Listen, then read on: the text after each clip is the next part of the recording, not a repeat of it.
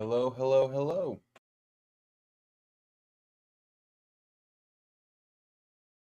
We should be live, should be good to go for Monday night football. How's everyone doing? This should be a good show. It should be a good game. This should be a good game. How's everyone doing on this Monday night? Man, oh man.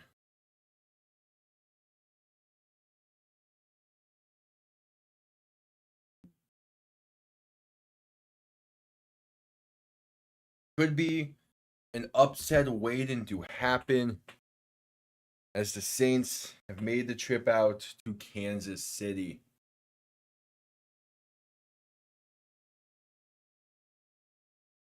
This is real upset possibilities. So we'll see.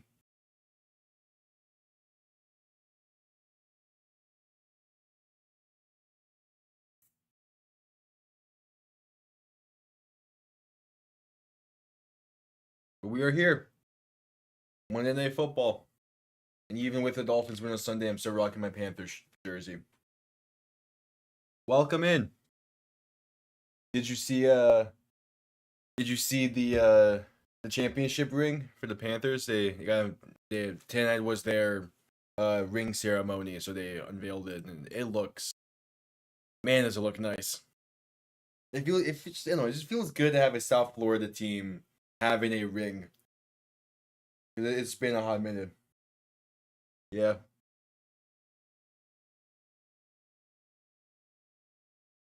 I'm excited. Tomorrow's opening night. Or we already had a goalie fight in this hockey regular season with the OHL.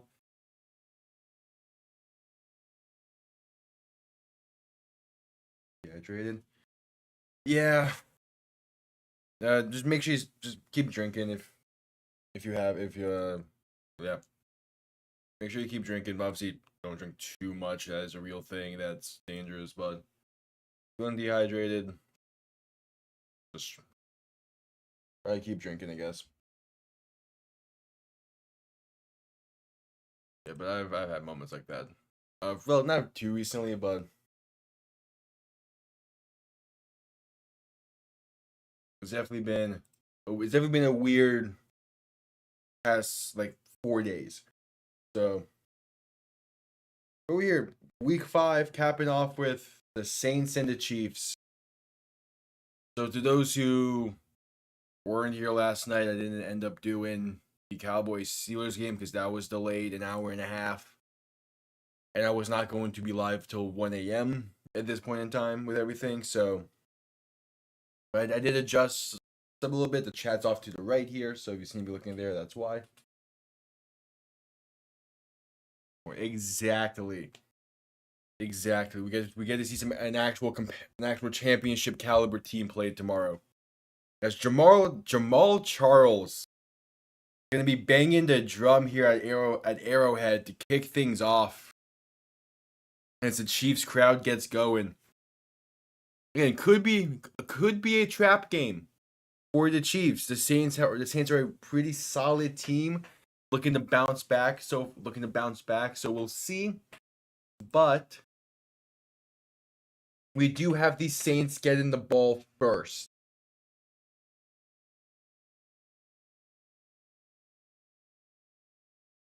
Hey, I would love it for the Saints to win, but at the same time, that means I'll be having to do a Vikings game until they lose. Kickoff underway, going to be down in the end zone for a touchback. The Saints will begin from the 30, and they're rocking the throwbacks, aren't they? The black helmet looking clean. Derek Carr taking the field. A lot different style of play the past 2 weeks compared to the first 2 weeks. Bud looking to bounce back in this one against the Empire, basically. I do love the Saints getting the ball first, trying to build the momentum and put the pressure on the Chiefs right away. So we'll see if they're able to do that. Yeah, exactly. If the Saints can get back to that week 1 and 2 form, they're going to be a threat. As Carr is alone in shotgun, 3 receiving options to the right, looking to throw. Quick pass right side is caught. Going to be a gain of about 7. That's Jawan Johnson on the reception. And some notable injuries. No Taysom Hill tonight for the Saints. 2 offensive linemen are out. 2 linebackers are out. Going to be an interesting one to see how they handle that. Taysom Hill being out is definitely the biggest one, though, because he is a big part of that offense. Is Carr under center, back and fullback behind him. 2nd and 3, going to hand this off left side, Alvin Kamara, and going to fight forward for 2.5, maybe 3. We'll see where they spot this one. Could be a first down on that play. But yeah, the Saints offense definitely looking to get back into a rhythm. They were one of the best teams in the league through the first 2 weeks, but have since slowed down. Had a heartbreaking loss last week. So we'll see. Carr under center. Kamara behind him. Going to toss this right side. Trying to find some blocking. Unable to. Not going to flip the field.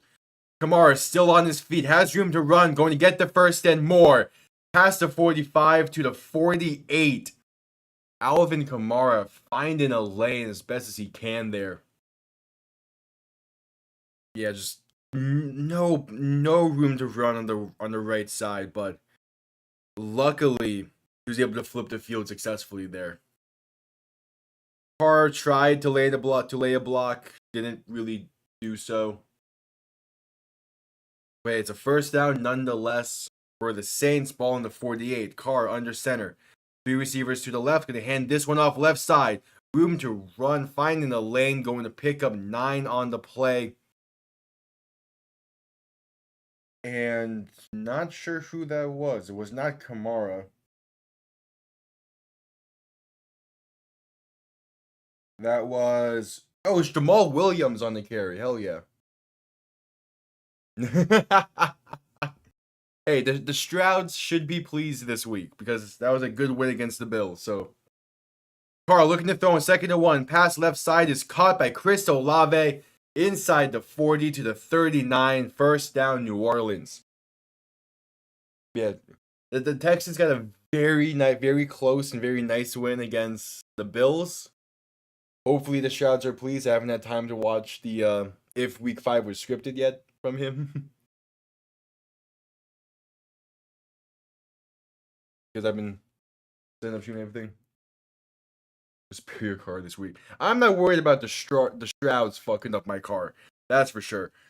Carr under center, looking back, dropping back to throw. Just gonna chuck one deep right side and intercepted. Is picked off. Picked off at the 22, and they're gonna return this one past the 50. No, he was not touched. To rule, and then this could be a pick 6. The 10, the 5. And it's a pick 6 for the Chiefs.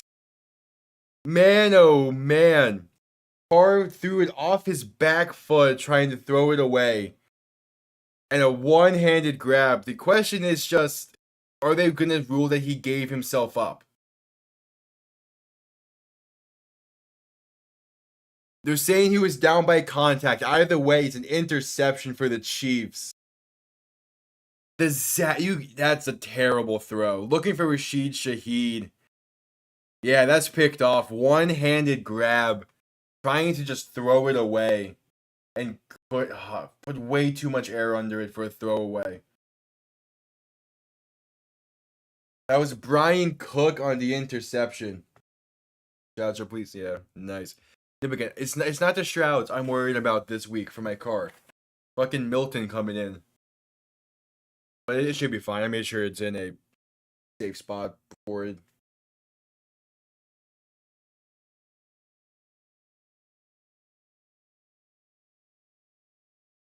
So now, after the interception, ball on the 22.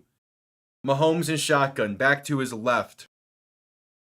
3 receiving options to the right. Going to hand this off up the middle, and that's going to be a gain of about 3 on the play, up to the 25-yard line for, I believe that was Kareem Hunt on the carry. Yeah, Kareem Hunt. It is weird seeing him wear 29.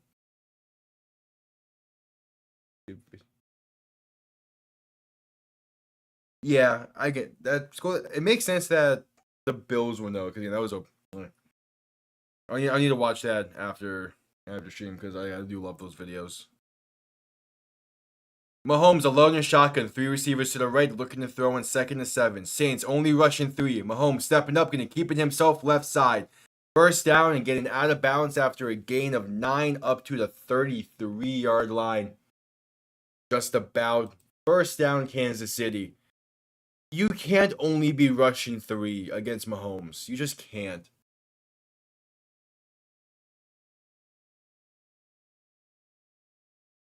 Like, you only gonna send 3? What's up, Benito? How you doing?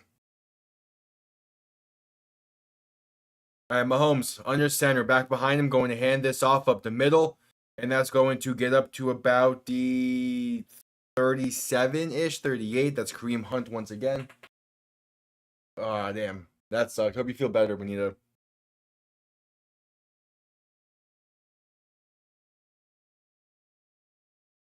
Yeah, that sucks.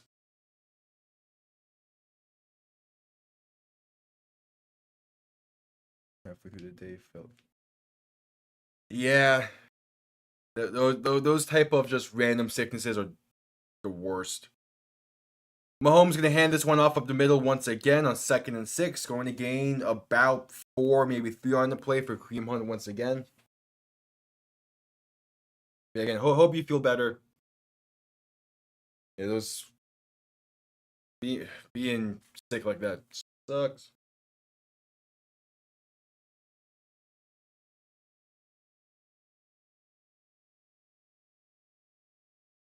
All right, 3rd and 3. Mahomes shotgun back to his right, looking to throw.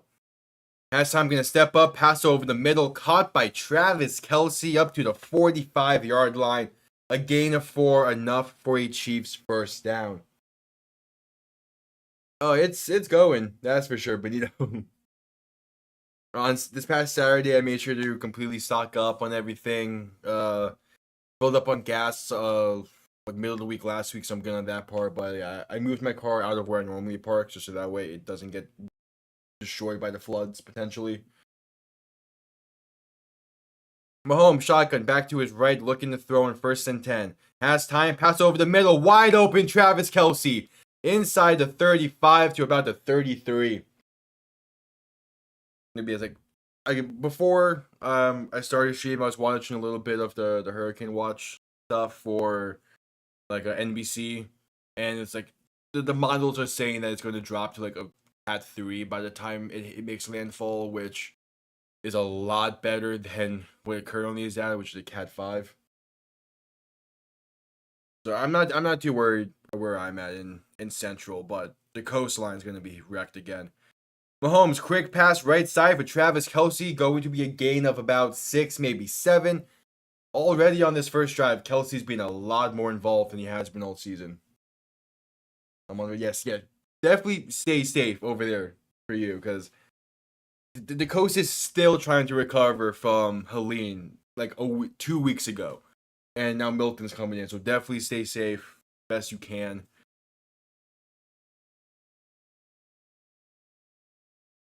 All right, 2nd and 4. Mahomes under center, going to hand this off up the middle, and Kareem Hunt has a lane to about the 20-yard line, so the Chiefs going to be in the red zone already. Man, oh man. It's like when Kelsey's like the only reliable option, his production is exactly how we expect it.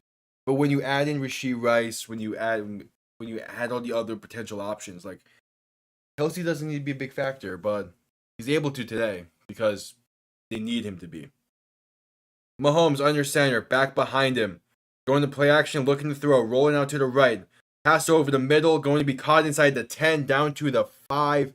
That is Noah Gray on the reception. I remember the numbers great. Yep, Noah Gray. Yeah, especially if they three-peat, I could see him retiring. I don't know though, because It would make sense, definitely, for him to retire after this season, no matter what, especially if they do three-peat. I don't know. Something tells me he has one more year in him if they don't. Mahomes, shotgun, back to his right. Two receiving options to each side. Going to hand this off up the middle. Kareem Hunt. And he's going to fight forward. Touchdown, Kansas City. They score first off the Derek Carr interception. And that was too easy of a drive. Yeah, Kareem Hunt gets in. Jeez, what a drive. Again, the Chiefs' offensive line is so fun to watch up front. Especially with Joe Tooney and Chris Humphrey. Like, they do a great job.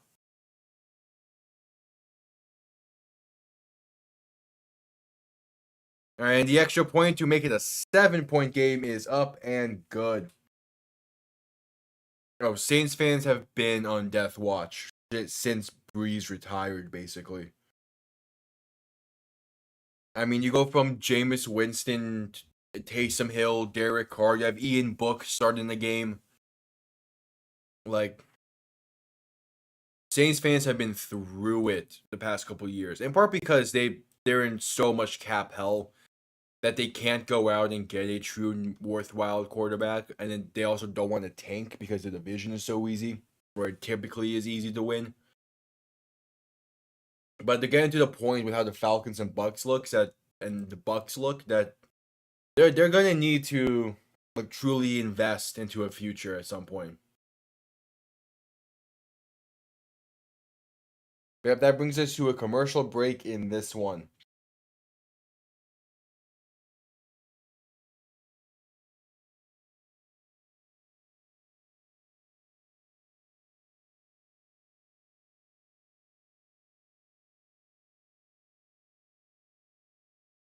Yeah, I mean it depends how the Colts game goes.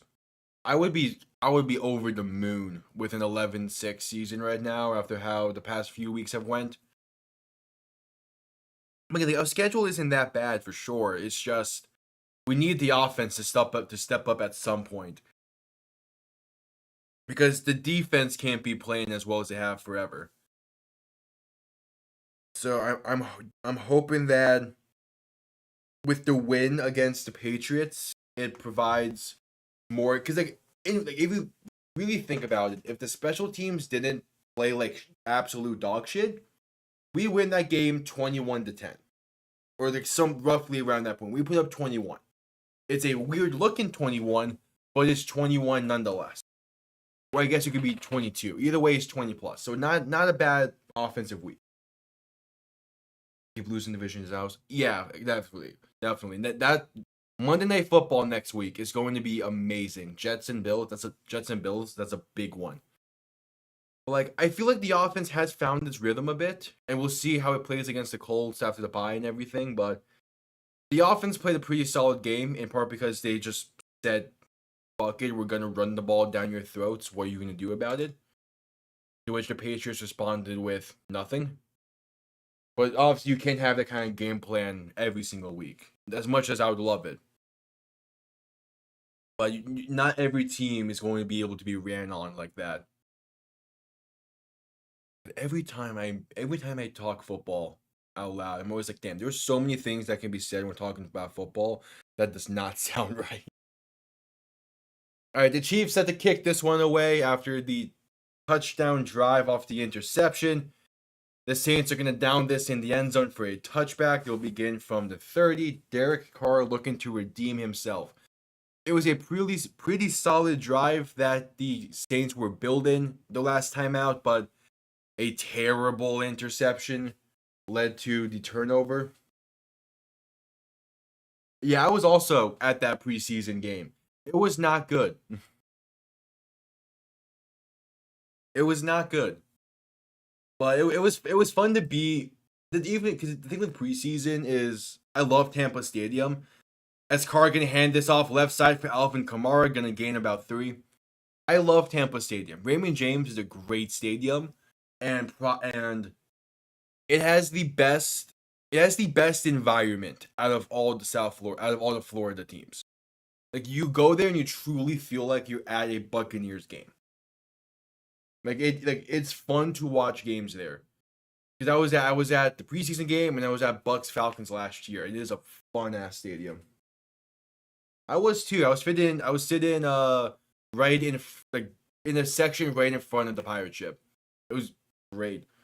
Carr under center on 2nd and 7, going to play action, looking to throw. Stepping up, launcher one deep down the field, has a man right side, but overthrows. Carr had him. Man, oh man, Carr had him. Pass was intended for Mason Tipton. The other side of the field. Nice. I mean, it was fun. We stayed for 2.5 quarters, basically. Yeah, it's fun. It's always fun to go to that stadium. I do. Tampa has a great stadium. I want to go back to Jacksonville's stadium during the regular season.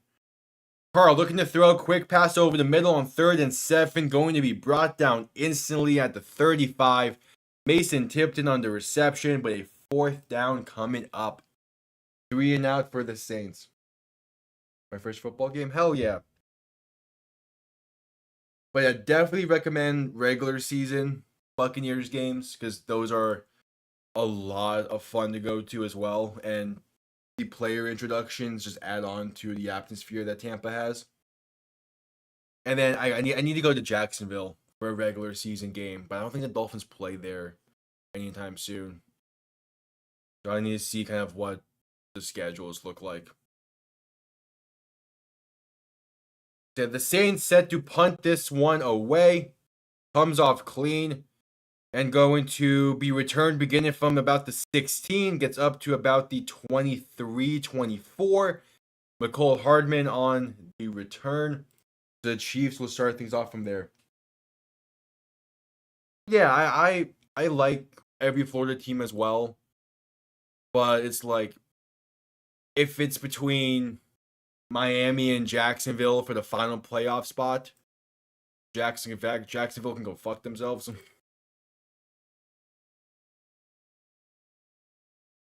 And that brings us to a commercial break here in Kansas City. Like it was 2 years ago where like I was actively rooting for both the Jaguars and the Buccaneers as well to win their respective divisions. Because that year made it the first time since like '99, I believe, that all the Florida teams were in the playoffs. So it was a really fun thing to have all of those teams in there because it's hard. It's hard to get 3 teams from one state in the playoffs.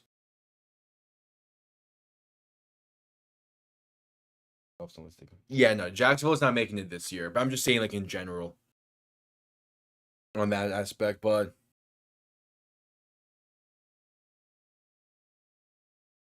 no. Okay, no.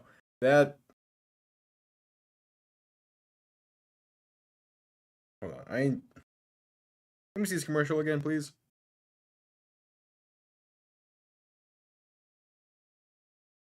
Okay, no, I'm just I'm just losing it. That's what it is.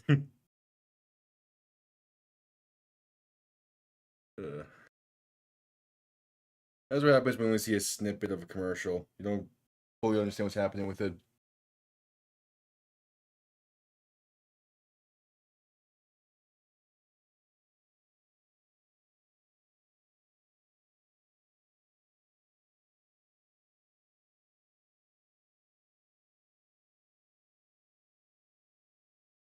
Just coming out of the commercial break here in Kansas City, the Chiefs got the ball back after a 3 and out by the Saints, looking to extend this lead early.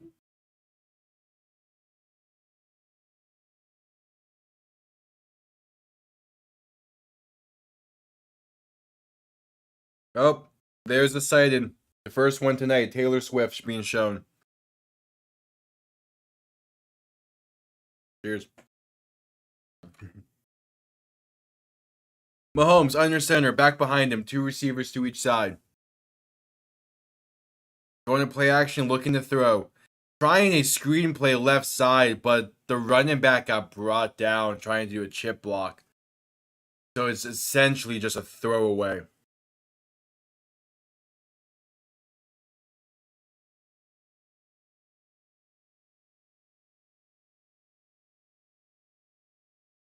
Yeah, Kelsey getting a lot more of a factor already early on in this one, so that's good to see.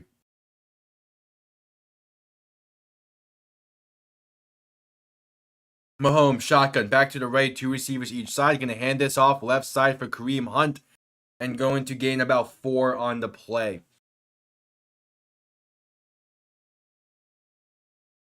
I will say, it is good to see Kareem Hunt have a starting back role again. I mean, yeah. That's just how shit is. It's gonna happen. Might as well do something fun with it.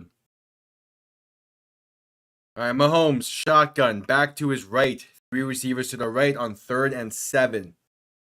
Gonna drop back, looking to throw. Quick pass, right side. Play was called dead with a flag, though, beforehand. Flags, false start on Kansas City. Gonna make this a 3rd and 12. I don't know why I'm blanking there for a second.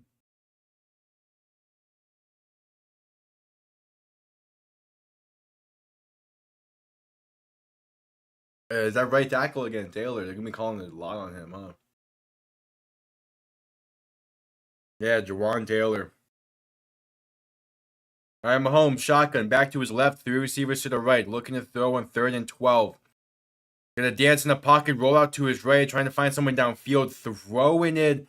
Had a wide open Travis Kelsey, but slipped. The ball short hopped to Kelsey. So it's a 3 and out for the Chiefs.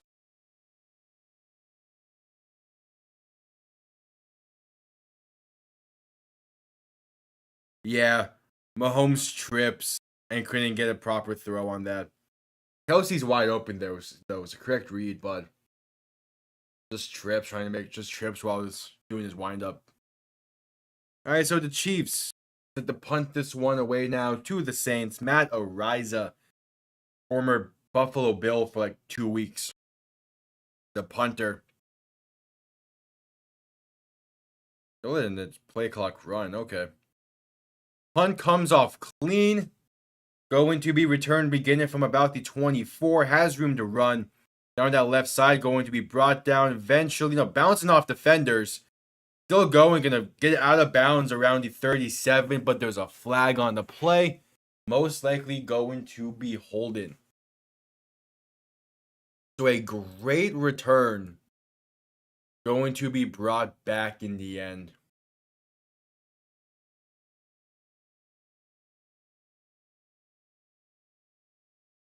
We'll see what this flag is, but I imagine it will be holding.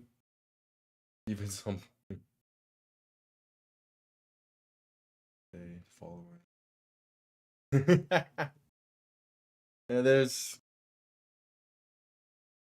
Yeah, there's a penalty on the Saints going to push their return back. There's no need to hide. There's plenty of evidence of Miami being bad this season. Even in a win, they can't properly do stuff.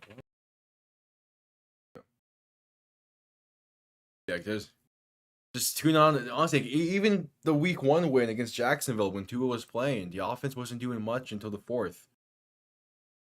Which that can be understandable. A week 1 game, you're not going to have the greatest of offensive performances and all that. But like, come on, we're 5 weeks into the season. Even with Tua being out, we need to get an offense that's functional. And the like, it taken 5 weeks to actually have established a ground game. Definitely is definitely concerning and weird, but hey, they did it eventually. I guess not much else to really say. But yeah, I'm just happy Miami is on a bye this week. We can spend the next 2 weeks purely focusing on the Panthers. Some actual good sports being played. The competitiveness gonna be going on.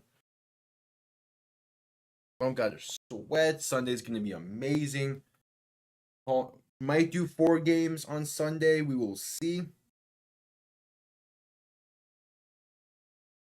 So a bunch of other people have already like said very similar things about what it means to be a system quarterback. That share like very similar meanings what I'm about to say. The idea of being a system quarterback being bad is complete media bullshit who want to just have as many highlights as possible to share. Like every quarterback can be a system quarterback in some capacity. Now, some have better abilities to extend plays, or to have better talents and fit different systems better. But go out there and try to find a quarterback that can run a Shanahan system better than either Purdy or Tua. You're going to be shit out of luck. At least active wise, because you can go. Because again, the Shanahan system is just an offshoot of the West Coast with Bill Walsh. So you can pull out Montana, you can pull out Young. Like, yeah, those guys are going to be able to run this system just fine. Matt Ryan, but those are legends of the game.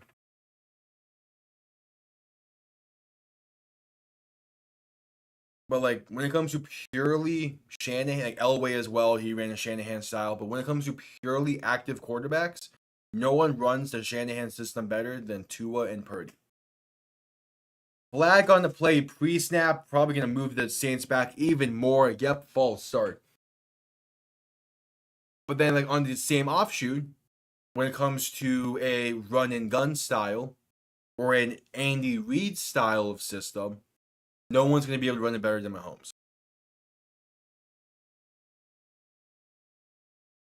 Like no one was going to be able to run the Josh McDaniels system that the Patriots ran better than Tom Brady. Because he's a perfect fit for that system. Carr going to hand this off right side for Alvin Kamara, going to get up to about the 20, maybe the 21. So gain of 2 or 3 on the play, a second long coming up. She's paid the refs again. Not yet. We can't be saying that just yet. A lot's been very even so far.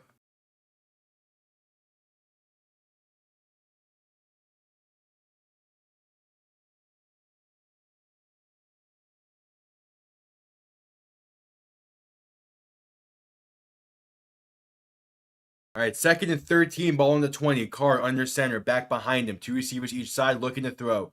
Pressure comes in quick. Carr escaping to his right, going to be incomplete. Had Rashid Shaheed open, but put too much into it. Couldn't stay in bounds.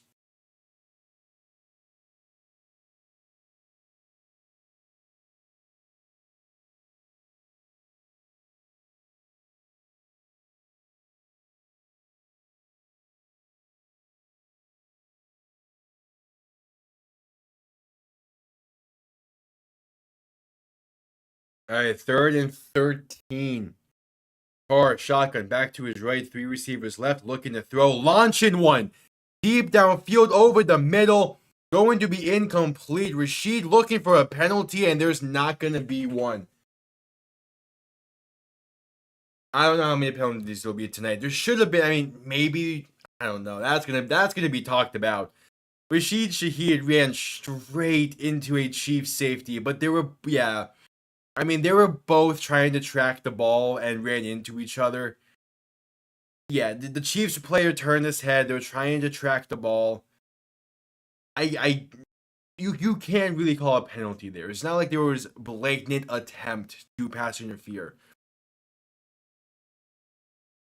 All right, the punt comes off clean after another 3 and out. This is going to be returned beginning from the 28. McCole Hardman trying to find a lane, going to get up to the 40. I mean, I get why that could be seen as PI. I do. But in the end, he turned his head. He was running in the direction of where the ball was going to land. And he was trying to track the ball the same way Rashid Shaheed was going to. There was no blatant attempt at impeding the pass because he was also going for an interception himself. Because he would also run in to try and track the ball. So I like the no flag. But I do understand why you could see that as supposedly being DPI. But it was more so should he tackle in him because he was behind him and they fell forward. It's weird. She did once already. She has once.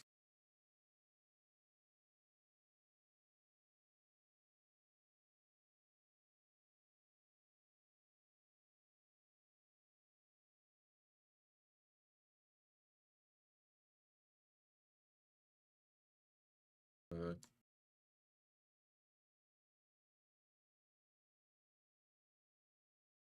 don't think I want my PC connecting to the grid right now. Yeah, Brad commercial here in Kansas City after another New Orleans 3 and out. I still want to keep that up. I have plans for those tabs. Now, if the Vikings win a Super Bowl this year, that would be wildly impressive and also pose a lot of questions for their future. Because like if you win the Super Bowl this year with Sam Darnold, what's gonna become of JJ McCarthy? You drafted him to be the guy to lead you to a Super Bowl. But if Sam Darnold just did it, then what's gonna come up with McCarthy? You can't trade him. You're gonna have to give him a shot at some point. But I could, when it comes to the comparison with like past years, I could 100% see this being a very similar year to like 09 or 2010 for the Vikings, where they have a really good season led by Sam Darnold. They pass the torch over to a rookie to a young guy they drafted, who then doesn't do a hell of a lot with the weapons they have.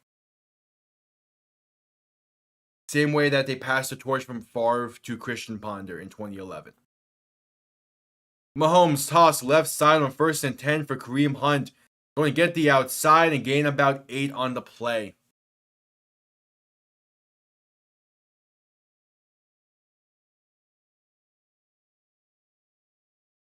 But it's like, this could be the 09, like a repeat of 09, and then next year's a repeat of 10, and then McCarthy comes in 2 years from now.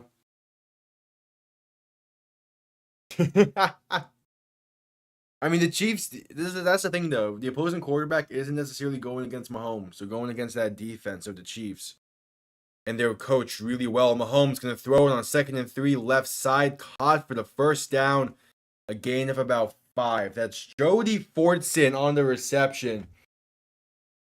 He was in Miami for a few weeks in the offseason. You have some screw, yeah. Well, then to balance off that, what team would you want? Which team do you think would give you the best shot to beat Mahomes then? In relation, because like, you would probably want a run heavy team with a really good defense. And I don't know exactly what team looks like that at the moment. Maybe the Vikings. Mahomes going to hand this off on 1st and 10 up the middle, and with room to run, going to pick up about 9. Carson Steele on the carry. He's been a fun story this season to follow, man. He's been a fun story. Seriously, don't get what's going on. 2nd and 2, Mahomes shotgun, back to his right, 3 receivers to the right, quick pass, right side, tight end screen for Kelsey. Going to get up to the 35-yard line, enough for a Kansas City first down. As right now, Vikings or Texans. Yeah, I mean, Texans defense is very hit or miss right now. It seems like the Ravens. I definitely think the Vikings would have the best shot with the style of defense they play.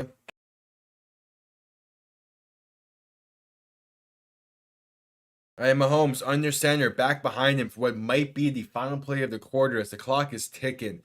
6 seconds left. Going to hand this one off right side. Kareem Hunt has some room to run. Going to get 9-ish. Is a nice carry on the play, though, to end the first quarter. And that brings us to a commercial break. The Chiefs in business to start this one.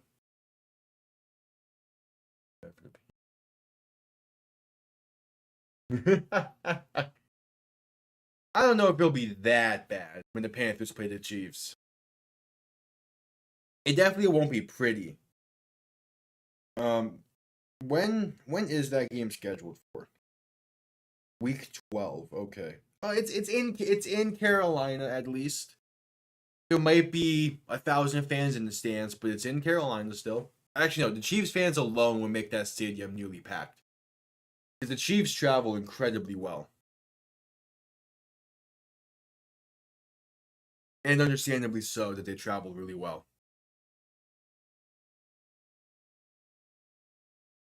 Yep. After the first quarter in this one, the Chiefs up by 7 and are moving, looking to extend this lead.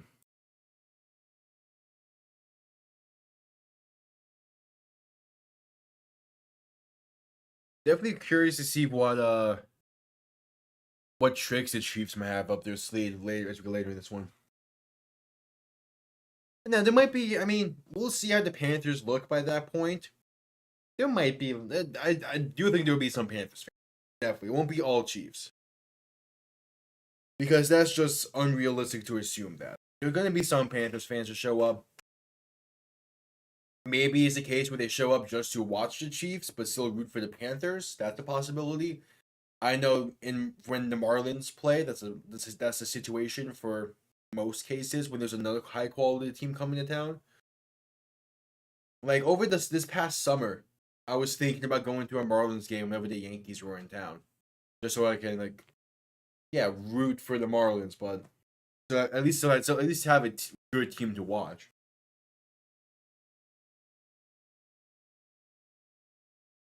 Yeah, that's somehow win that game. I mean, there are trap games all over the NFL. I mean, we've seen how the past 3 weeks have gone. There's been a lot of chaos in the NFL this season. So really, who knows? But yeah, that's one I fully expect the Chiefs to handle with ease.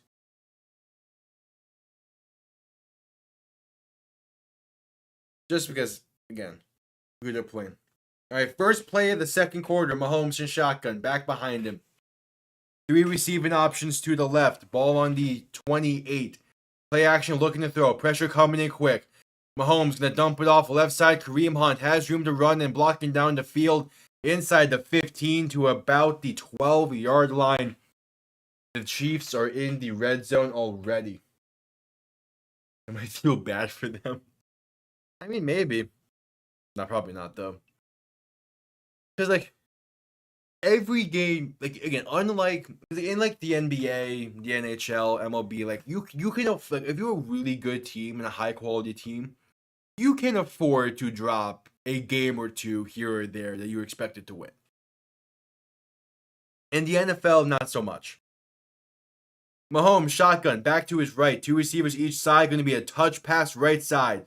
McCole Harmon inside the 10 to about the 8. In a 4, maybe 5 on the play. But I like the trickery there on first down. Get the ball moving. Keep ahead of the chains. Yep, 2nd and 5 coming up.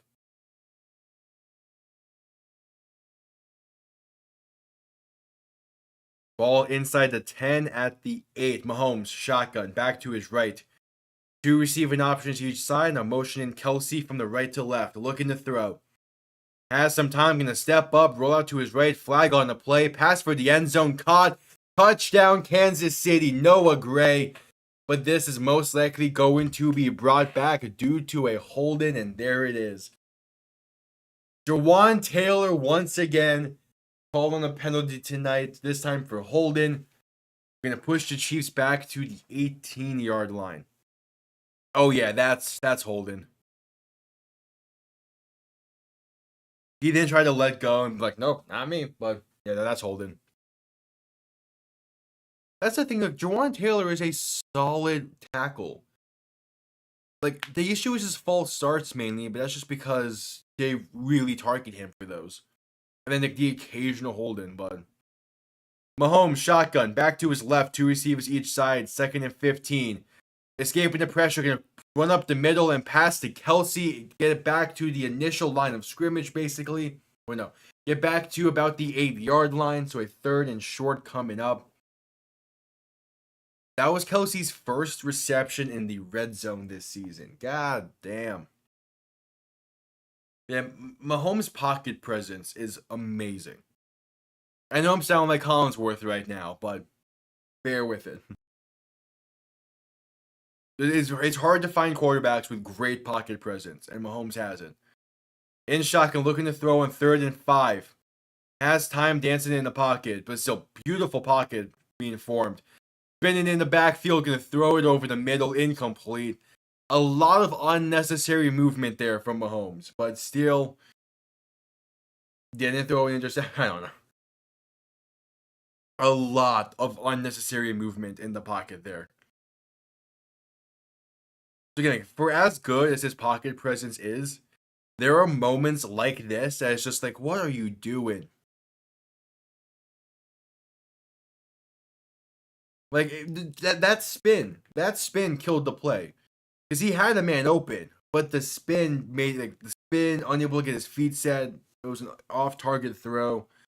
Harrison Buckner to make it a 10-point game is up and good.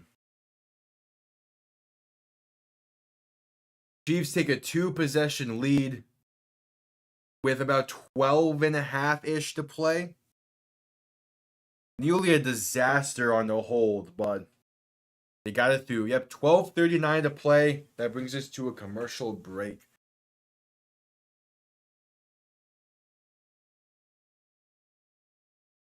Alrighty. Quickly going to use this time to say, if you are new, subscribe, greatly appreciated. Play-by-plays all season long.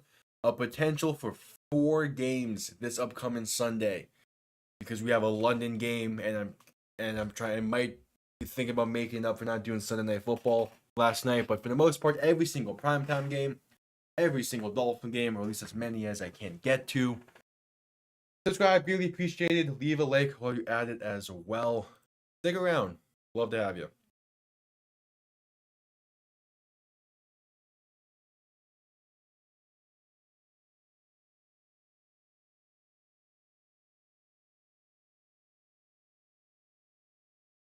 It's the Chiefs 10-point lead in this one.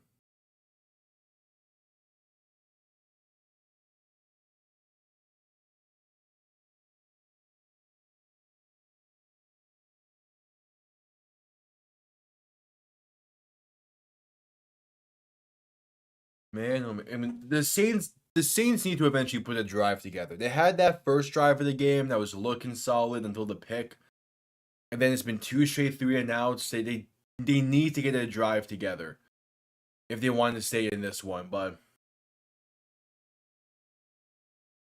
oh man, oh man, oh man, this one could get ugly fast. I do have the Chiefs winning if I remember my pick'ems correctly, which that would be helpful. I was doing good on pick'ems yesterday until the 4 o'clock window where I went 1-3. I mean, so like I was doing. So yeah, I do have the Chiefs in this one. I have the points. Yeah. Yeah. So the Chiefs win will put me basically at even for this week, which a lot better than previous weeks, but that'll still put me at two games under 500. So hopefully week 6 I can bounce back a bit and get back to 500 or better.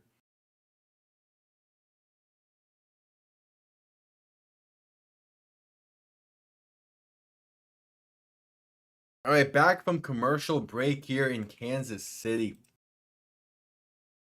Butker is set to kick this one away. It's going to be returned beginning from about the 2-yard line and working his way up to about the 27. A 25-yard return and the Saints will begin their next drive. Again, desperately are going to need something. Ooh. Yeah, that is not proper tackling for him.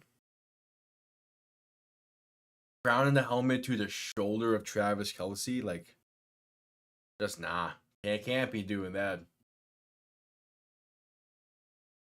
Kelsey having a lot more impactful of a game tonight already. But it's the Saints' time on offense. Carr under center, back behind him. Going to hand this off up the middle, and that's going to go nowhere. Stonewalled for maybe back to the line of scrimmage, but most likely a loss of 1 on the play. Man, just not the greatest way to start a drive.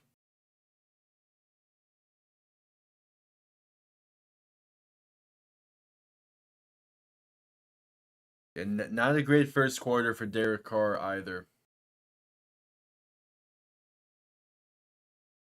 So 2nd and 10, Carr, shotgun, back to his left, looking to throw.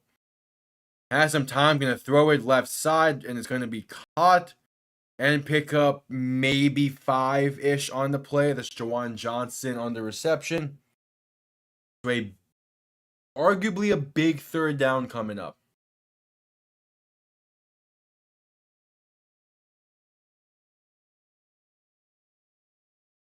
You don't want to give the Chiefs another opportunity to make this an even larger lead. You want to try to get points on this drive, keep it a manageable game.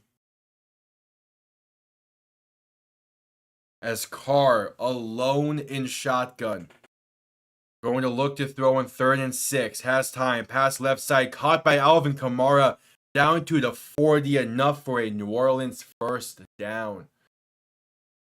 Keeping the chains moving, keeping the drive alive, as they look to maintain some kind of, not clarity, but trying to make this game a little bit closer already in this one. They're already down by 2 possessions. Not the greatest of starts they've had. All right, 1st and 10. Carr under center, back behind him. 2 receiving options to each side in the form of 2 tight ends to the left. Going to hand this off left side, trying to cut up the middle now, and that's going to be a gain of maybe 1 on the play for Alvin Kamara.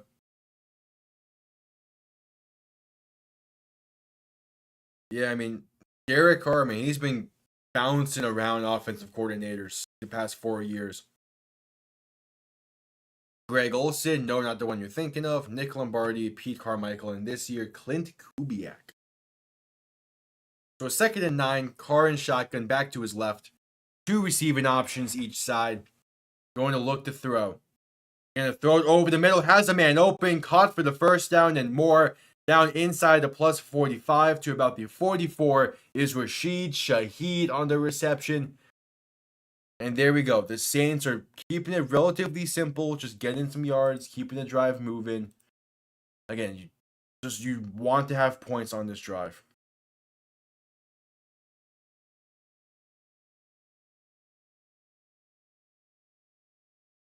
I was like, this could be a big time drive for the Saints, depending on what the outcome is. Carr under center, back behind him. Man in motion, going to hand this off up the middle, and Kamara going to gain 1 on the play. They cannot get the ground game going. If they stick to this, I don't know how. I mean, obviously you want to stick to the ground a little bit while you have the chance to, but do something more and be a little bit more creative than just runs up the middle.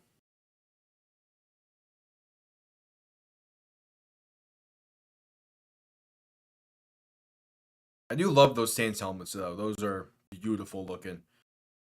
Carr alone in shotgun, looking to throw in 2nd and 9. Gonna step up and launch one down the field. Has a man, Rashid Shaheed. Touchdown, New Orleans. And the Saints gonna make this a 3-point game pending the extra point. Man, Rashid Shaheed has had himself a fantastic season so far. In this one, from the slot, a nice double move, finding himself wide open over the middle of the field. And Carr places it not perfectly, could have been a slightly better pass, but placed it perfect enough to get the big interception and cap off this drive with points. All right, now the extra point to make it a 7-point game is up and good. That was exactly the drive the Saints needed. And capping it off with a long touchdown like that is even better. And that's great route running from Rashid Shaheed. Yeah, he kind of dove for that one. He gets up like, come on, man. Couldn't have placed it better for me. Yep, that brings us to a commercial break here in Kansas City. What a play for the Saints. Man, oh man.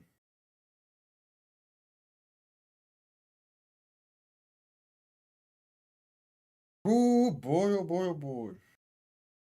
Hey, the Tigers won. Royals are doing well. Damn, the Magic loss. I don't know if preseason counts, but there's storm coming. Never mind. I'm excited for the NBA season, not necessarily because I expect much out of the Heat, but just because I can get half off Papa John's with the Magic win. I'm 100% taking advantage of that. I took advantage of it last year. I'm going to take advantage of it again this year. Because why wouldn't I? You told me they can get a large pie for $7 that can feed me for 2 days. Like, hell yeah.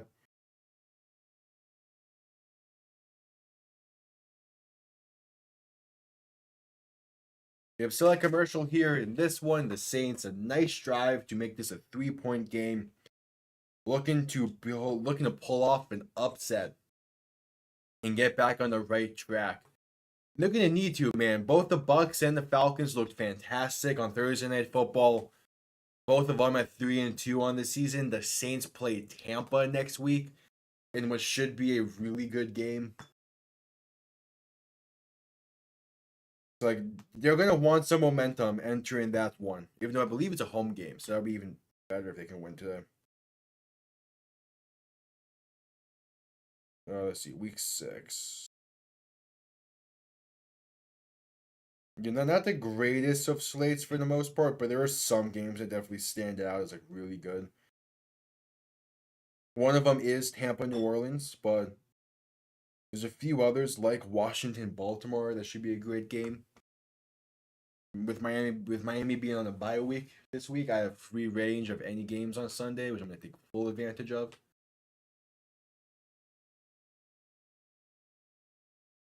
All right, the Saints set to kick this one away.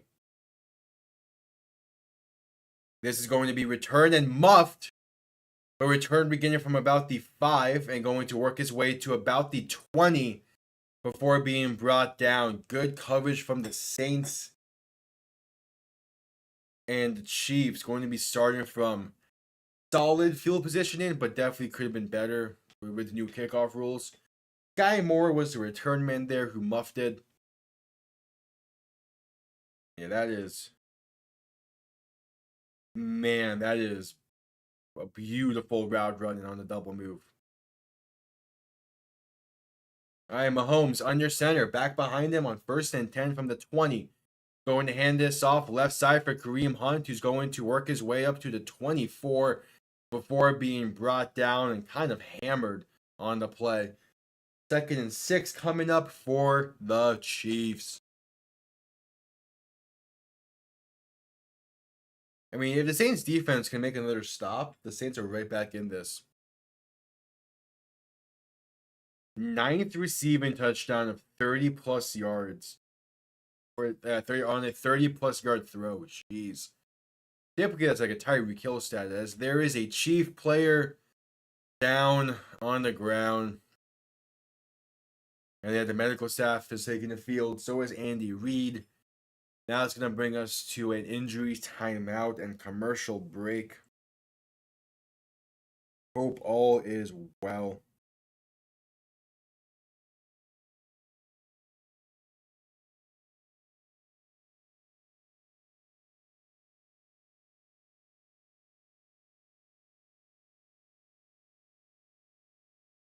All right.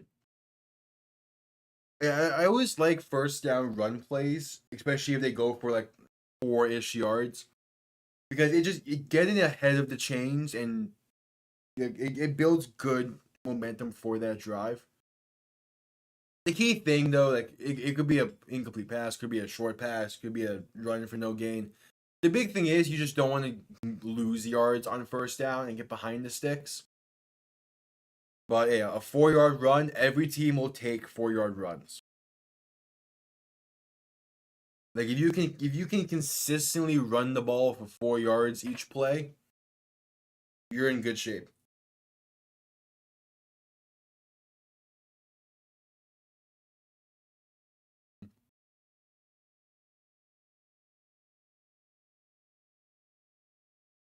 The Heisman House commercials.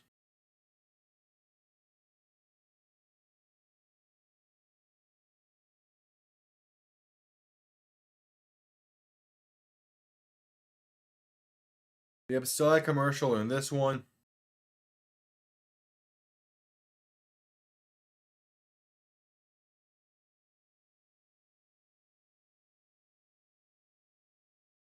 Oh, there you go. The NBA commercial now.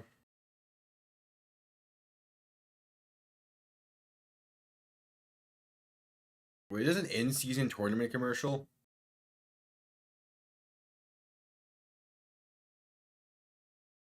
No.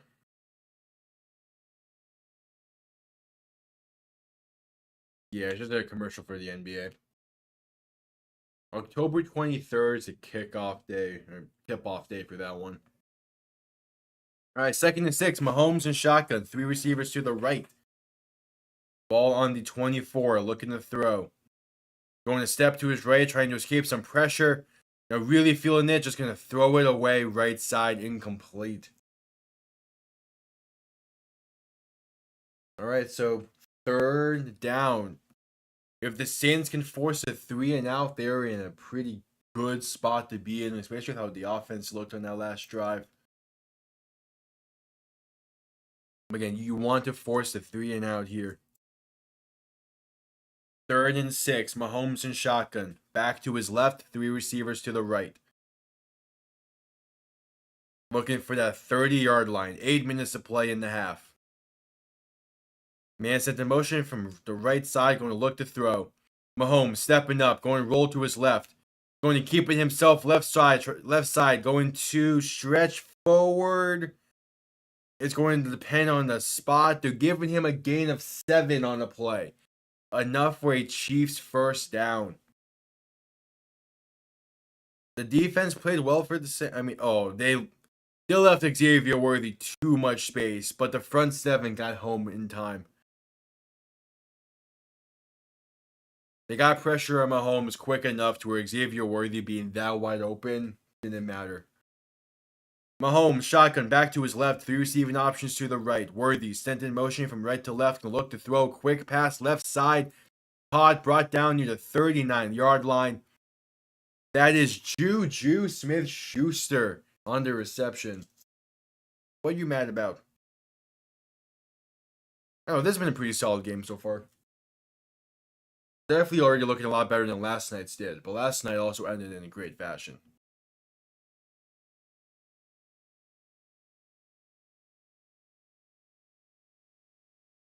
So, Mahomes shotgun back behind him, 3 receivers to the left. One of them sent in motion towards the right side, so now it's 2 receivers each side. Play action, looking to throw, going to dump off right side. Xavier Worthy has room to run down the sideline. Pass midfield, out of bounds inside the 45 to the 43. The Yankees are losing? Yeah, I saw that.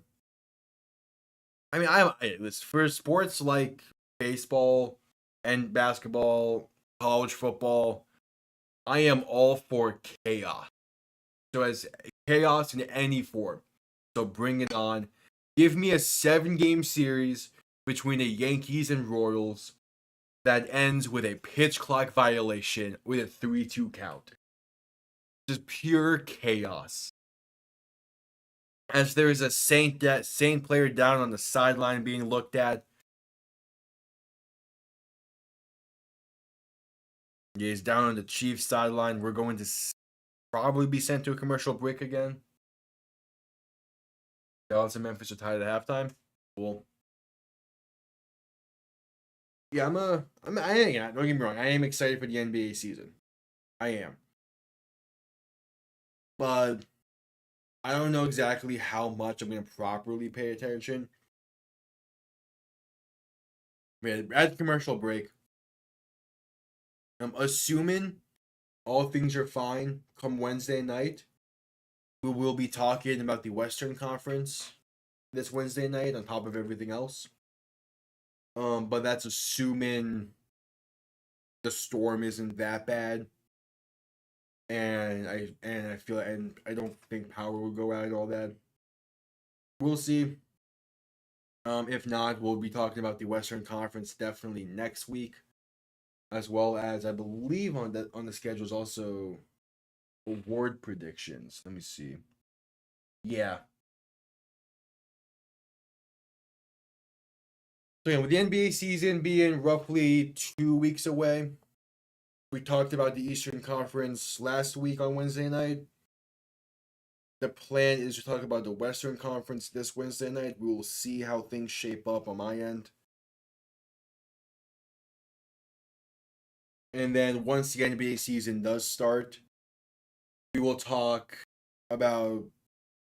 Every Wednesday night we'll be doing a little basketball segment during the streams, just kind of like give our thoughts about how the season is progressing and all that.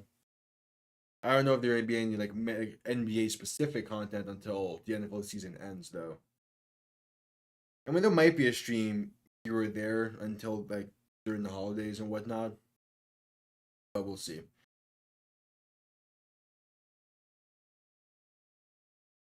Also, there's a good chance that whenever the Knicks and Heat play, we might do a stream for that one because I'm a Heat fan. My buddy Toasted, who's more the NBA head of this channel, he's a Knicks fan, so that would be fun. Same thing, like he might join for when the Dolphins play the Cardinals in Week 8. We'll see. We haven't really discussed that just yet. He was able to walk off the field under his own power. Will Harris was the same player, banged up. Mahomes in shotgun, back behind him. We receiving options to the right.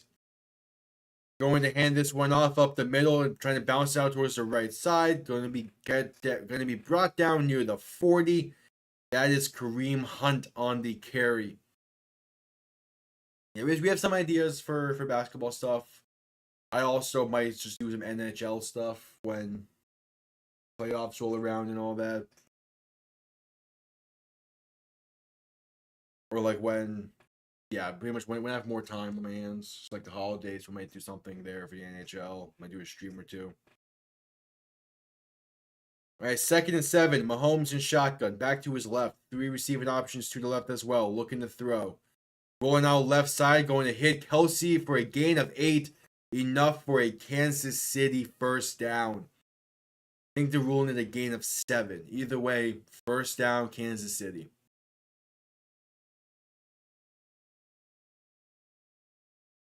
All right, hey, the Chiefs are moving. Oh, yeah, they got the spot wrong for sure, but it's a first down either way.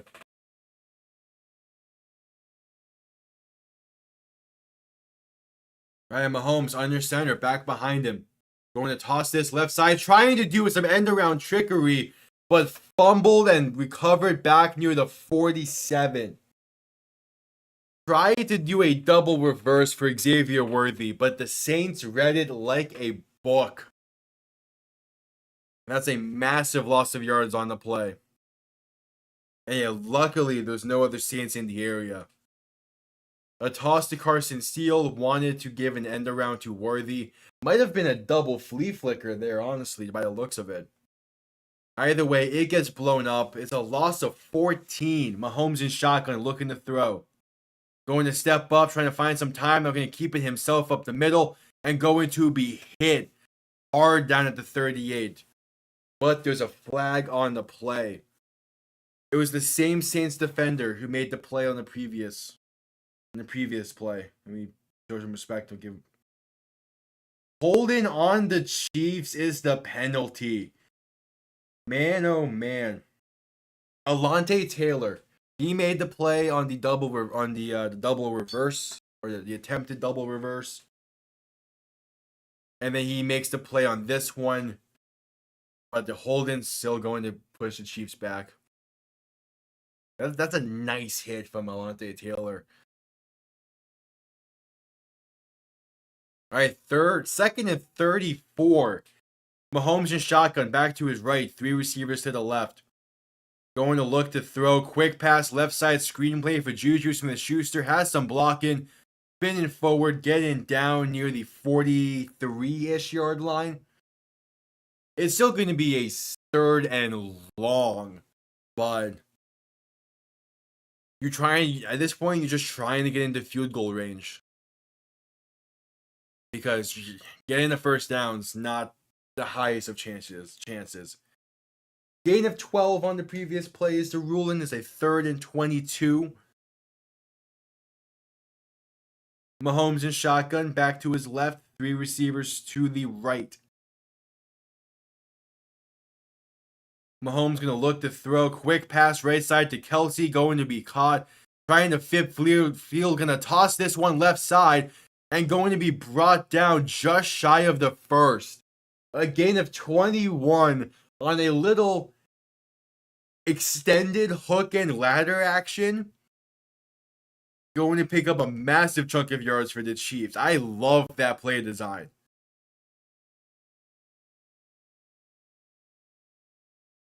That is fantastic play design. 4th and 1, the Chiefs are staying on the field, and the Saints are going to call their first timeout. It's a fourth and a short one. Saints call their first timeout. That was a great play design.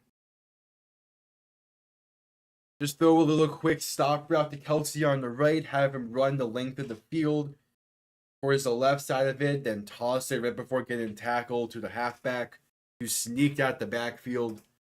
Picks up 21 on the play. Man, oh man. So 2:55 to play in this half. The Chiefs are facing a 4th and 1. Of Samaje Perine picking up the yardage there after the toss. That's beautiful play design. Mahomes under center, 4th and 1, making adjustments, back and fullback behind him. Might just be trying to get the Saints to jump. No, they're going to snap this handoff up the middle. Kareem Hunt. He's going to fall forward and pick up the first. Gain of 1.5 yards, maybe 2 on the play. Either way, it's enough for a Kansas City first down. And that would get beautiful play calling and play design on 3rd down.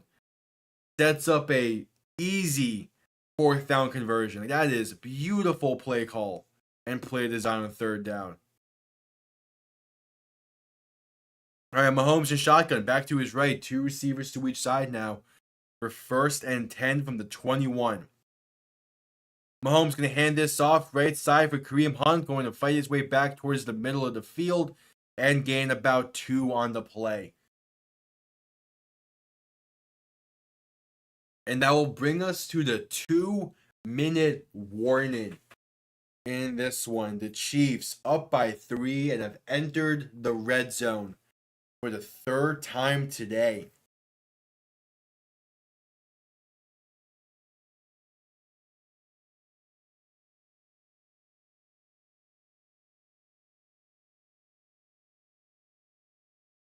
Man, oh man.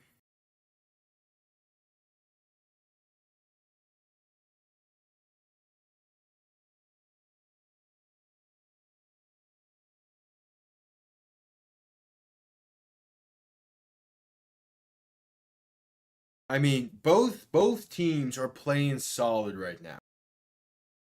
Obviously, the Chiefs are playing a little bit better. They're throwing more at the Saints. That interception on the first drive is going a long way in this one so far. But again, that 3rd down play design was beautiful. And it's plays like that why the Chiefs have had continued success. Because they find ways to make really bad situations actually good situations. Because all the Saints are thinking about there is they're going to throw it short or they're going to run the ball to set up a long field goal. So what the Chiefs did, they threw it short and made Kelsey pretend like he was going to center the ball in the middle of the field to make the field goal easier. Well, so when the Saints collapsed on him, he just tossed it out to the back and get a hook and ladder-esque play, and they picked up enough to then go for it on 4th down and keep the drive alive. Like that is beautiful. And like, it at least gives me when the Patriots were having their continued success, it was through fundamentals, through very basic defensive football. The offense wasn't doing a whole lot special during their Super Bowl winning years. When it comes to like play design, it was the Patriot style of football. The Chiefs, they're winning games through trickery by having a lot of fun, unique play call and play designs. Like it is solid football, and it's going to be interesting to see how long they can continue this success with this style of play. But they've had the past 5 years of great success, so who knows? Mahomes in shotgun, back to his left, 2 receivers to each side, looking to throw on 2nd and 8. Going to be sacked back near the 33-yard line. So another 3rd and long coming up for the Chiefs. Big time defensive play there. And that's Chase Young on the sack. Oh man, it's been a while since I've seen him make a play.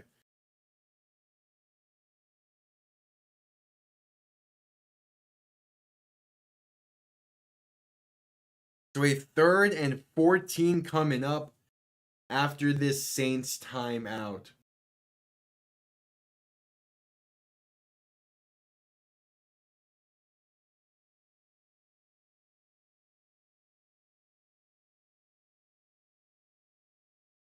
Again, very fun, very solid style.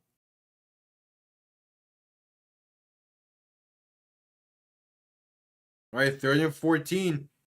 Mahomes in shotgun, back to his left, 2 receivers on each side. 3rd and 14. Ball in the 25, looking for the 11. Mahomes back to pass. Has time, going to dump it off left side to Samaje Perine, who's going to be brought down at the 16.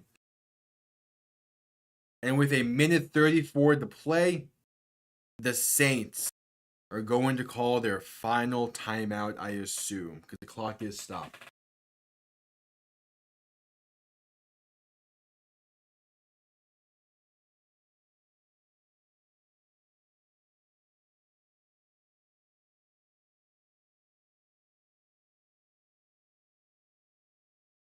All right, a 4th and 5.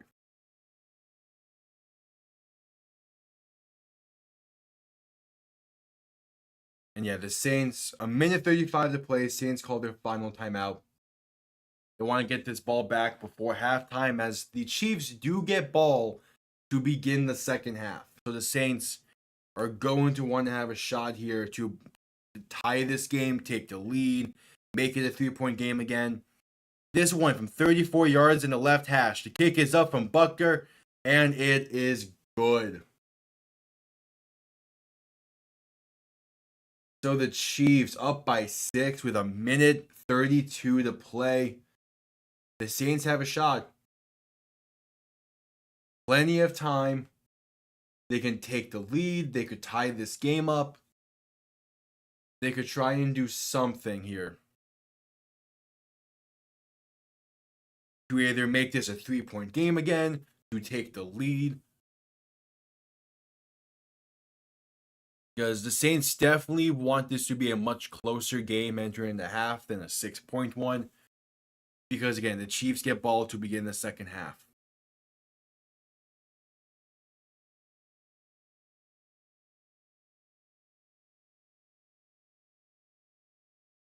All right, Butker set to kick this one away.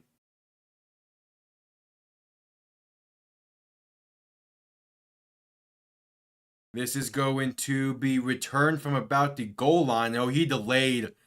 He wasn't sure if he was going to return that or not. and thus only gets to about the 21. Special teams blunder right before the half. He wasn't sure if he wanted to return that or just downed it for a touchback. In the end, should have just downed it for a touchback.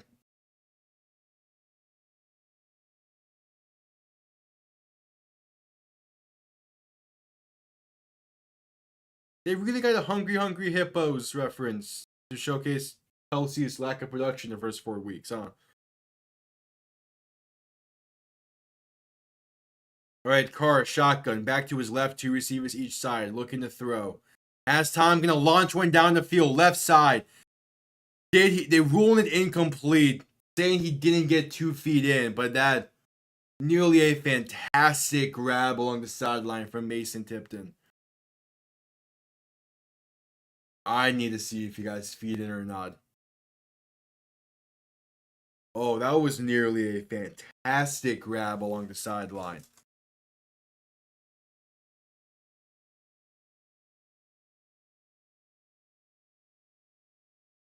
All right, Carr and shotgun, back to his left, 2 receivers each side. 2nd and 10, 120 to play. Carr getting a quick pass right side to Jawan Johnson, who's going to be brought down for a gain of 3. And here come the Chiefs' time. Here comes the Chiefs calling their timeouts. Because if you're going to give them a shot to get this ball back with a timeout and a minute to play in this half, they're going to take it and try to extend this lead. Yeah. Oh, he barely didn't down that at the 1. Oh, that would have been a disaster on the kick return. Jeez. Oh, that is close. Oh, 3rd and 7. Carr and shotgun back to his left. Looking to throw. Quick pass right side. Screenplay for Kamara. Gets blown up for a loss of 3. With a minute 8 to play, the Chiefs call their second timeout and you're going to get this ball back. Tried a screenplay to the right side, and it was going absolutely nowhere.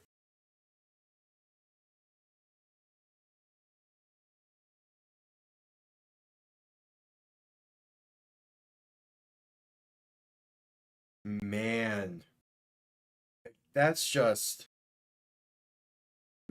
bad performance. That's just a bad series of downs.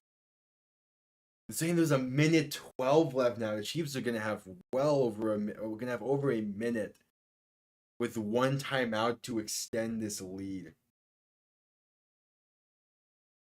Oh man, the Saints played that so poorly. All right, minute 10 is now the official time on the clock.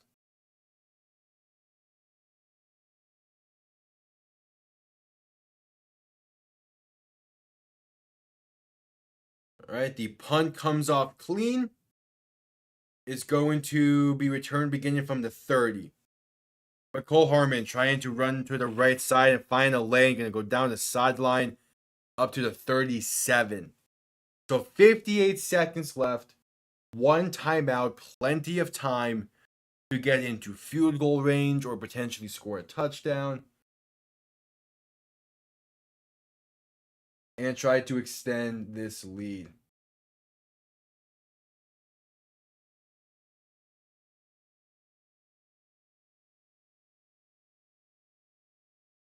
Okay. 58 seconds. Mahomes and shotgun. Back to his left. 2 receivers to each side. Ball on the 36. Looking to throw. Pass time. Pass left side is incomplete. Didn't have enough into it. Looking for Xavier Worthy. I mean, he had Worthy, kind of, but it would have needed to be a perfect pass. As it was an out route, there was a defender in between. It would have needed to be like a perfectly layered pass. All right, 53 seconds now. 2nd and 10. Mahomes in shotgun, back to his left. 3 receivers left. Going to look to throw once again. Saints sends some pressure. Has time. Picked up well. Pass right side. Wide open Juju. Inside the 40. Inside the 35. Push out of bounds at the 32. And there it is. Now the Chiefs can make this a 2-possession game entering the half. Juju was wide open on the right side. Like, wide open. Ugh, man. 45 seconds. 1st and 10. Mahomes in shotgun. Back to his right. 2 receivers to each side. Looking back, dropping back, looking to throw. Pass over the middle, quick to Xavier Worthy is incomplete. A little bit behind him. 2nd and 10 coming up. Oh, man. You have the timeout still. I get wanting to pass the ball. You really running mesh? You ran mesh on 1st and 10? Really? I mean, it would have worked if the pass was accurate, but that's your 1st and 10 play call here? Mesh? All right, Mahomes shotgun, back to his right, back to his left, 3 receivers to the left. Looking to throw in 2nd and 10, gonna roll out to the left now, trying to buy some time. Pump faking, throwing, has a man, and caught along the sideline. Juju Smith-Schuster once again for a gain of 6, maybe 7 on the play. And that sets up a 3rd and short. Yeah, he got both feet in. Good job from Juju to make sure you got his feet in. All right, 3rd and 3. Mahomes, shotgun, back to his left. 3 receiving options to the right. One of them sent in a quick motion, looking to throw. Quick pass over the middle, caught by Juju. Inside the 20, down to the 19-yard line. Clock is ticking. Now is going to be stopped as the Chiefs use their final timeout of the half. 27 seconds. They can take 3 shots towards the end zone here and be fine. You can make it a 9-point game entering the half, 2-possession lead. Plus, you get ball back to begin the second half. Like, you are in a perfect situation here to try and put this game out of reach. Obviously, a touchdown is the ideal play, but even a 9-point lead plus a touchdown out of the half, really going to be hard for the Saints to come back with how they've played today. Mahomes in shotgun, back to his left. 2 receiving options to each side. Dropping back, looking to throw. Pass left side, caught by Kelsey. Going to work his way to the 10-yard line before stepping out of bounds with 21 seconds left. Again, for as funny as it was through the first 4 weeks for all the Kelsey discussion about like, oh, where is he basically? When he has a big role in the offense, it is fun to watch. Oh, it is. Thank you for that. Yeah, I forget sometimes to remove the possession indicator. Thank you. All right, 2nd and 2. Mahomes alone in shotgun. 3 receivers to the right, 2 to the left. Looking to throw with 20 seconds. Going to roll out to the left, trying to buy some time. And then just throws it away, incomplete.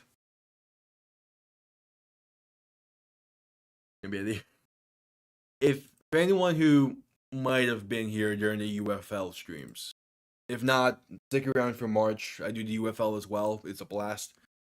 That was a consistent thing, was me forgetting the possession indicator, especially early on in those streams. But it has gotten better since then. But I do still occasionally forget. So if you notice it, just let me know. It'll be appreciated. Mahomes looking to throw in 3rd and 2, rolling out to the right.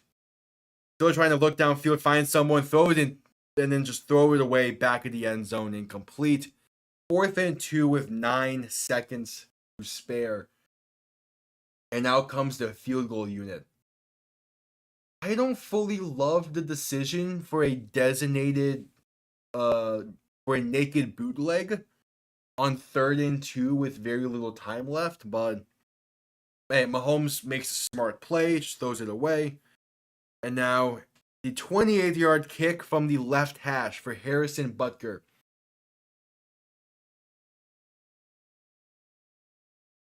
Snap good, hold good, kick is up and good. Snuck it past the right upright. The Chiefs have a 9-point lead with 6 seconds to play in the half. So even with the Saints about to get the ball back, they're going to need it instantly. So I'm just going to leave the indicator on the Chiefs as they get ball to begin the second half. Yeah. Right before halftime, the Chiefs played it perfectly. Like that was a perfect play. The defense did a nice job. The offense got in the field goal range with relative ease.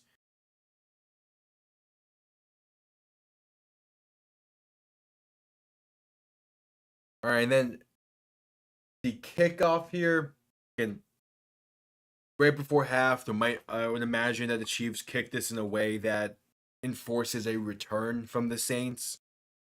Either way, though, if the Saints start from the 30 or whatever, they're gonna probably just need this one out to halftime. You don't want to risk a disastrous mistake being made. Kickoff underway. This is going to be returned from halfway into the end zone. Trying to make a play before the half is Rashid Shaheed getting past the 30 and out of bounds at about the 33, but no time left on the clock. That brings us to halftime, with the Chiefs set to get ball to begin the second half up by 9. Very solid play from both sides. Just the Saints, they made that mistake to begin the game, and they've been struggling to deal with that since. But again, in general, both sides are playing solid. So I'm going to quickly restock on the drink. I'll be right back. Then we can kind of discuss this Sunday slate from yesterday.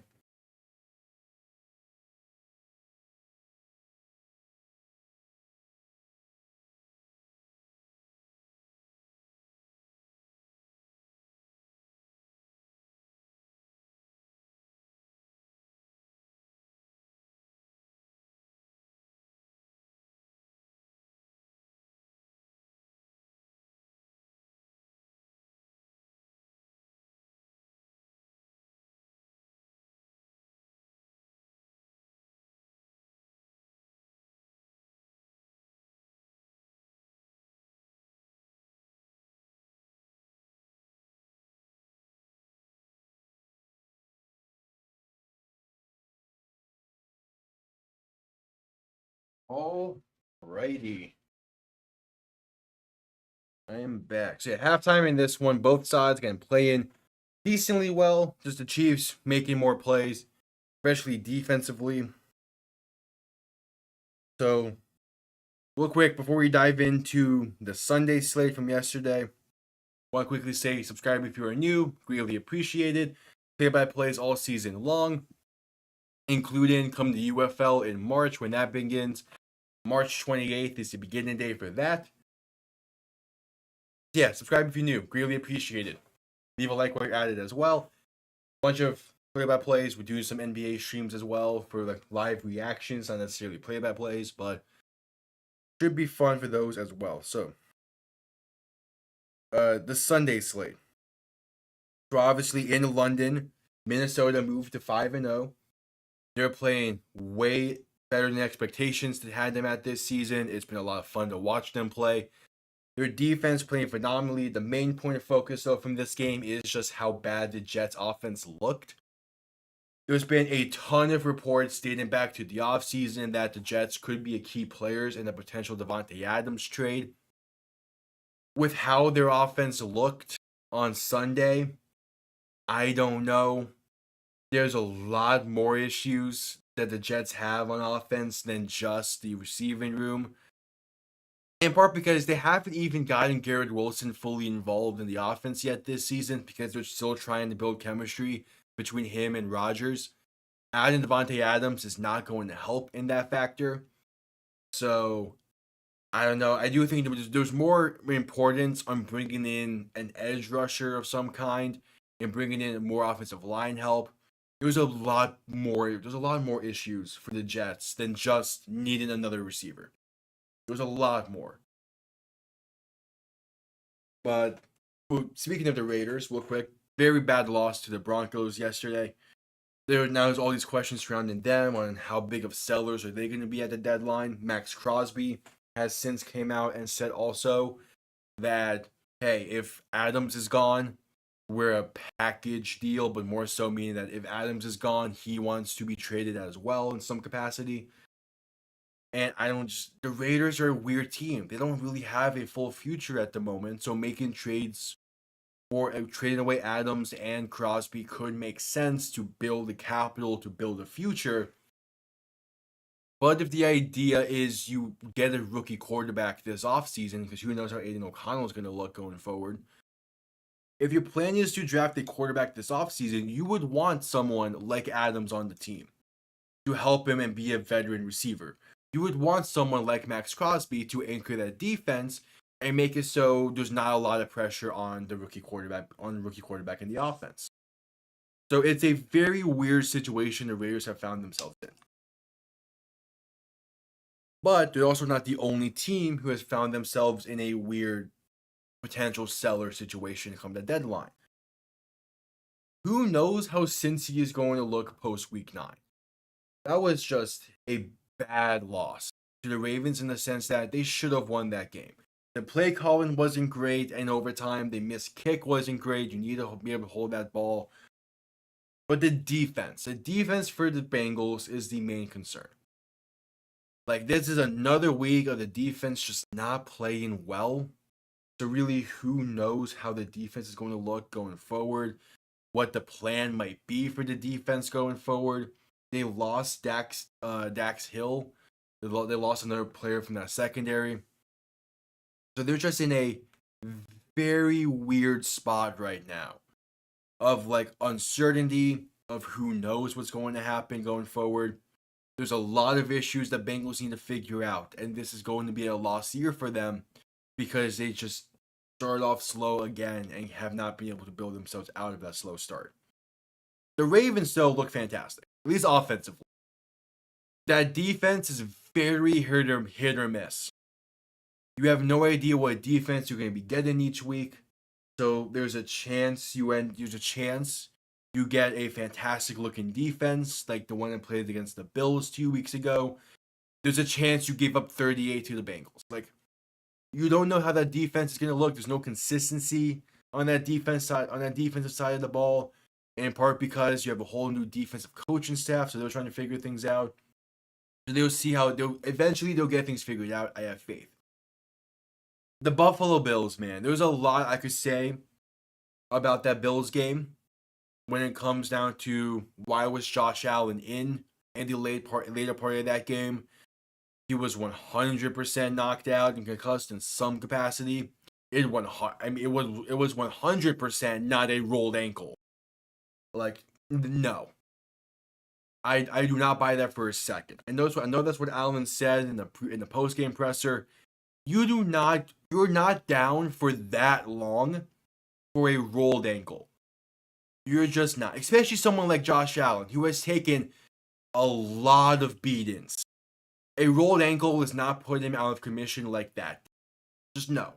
He is fully able to power through a rolled ankle like it never even happened.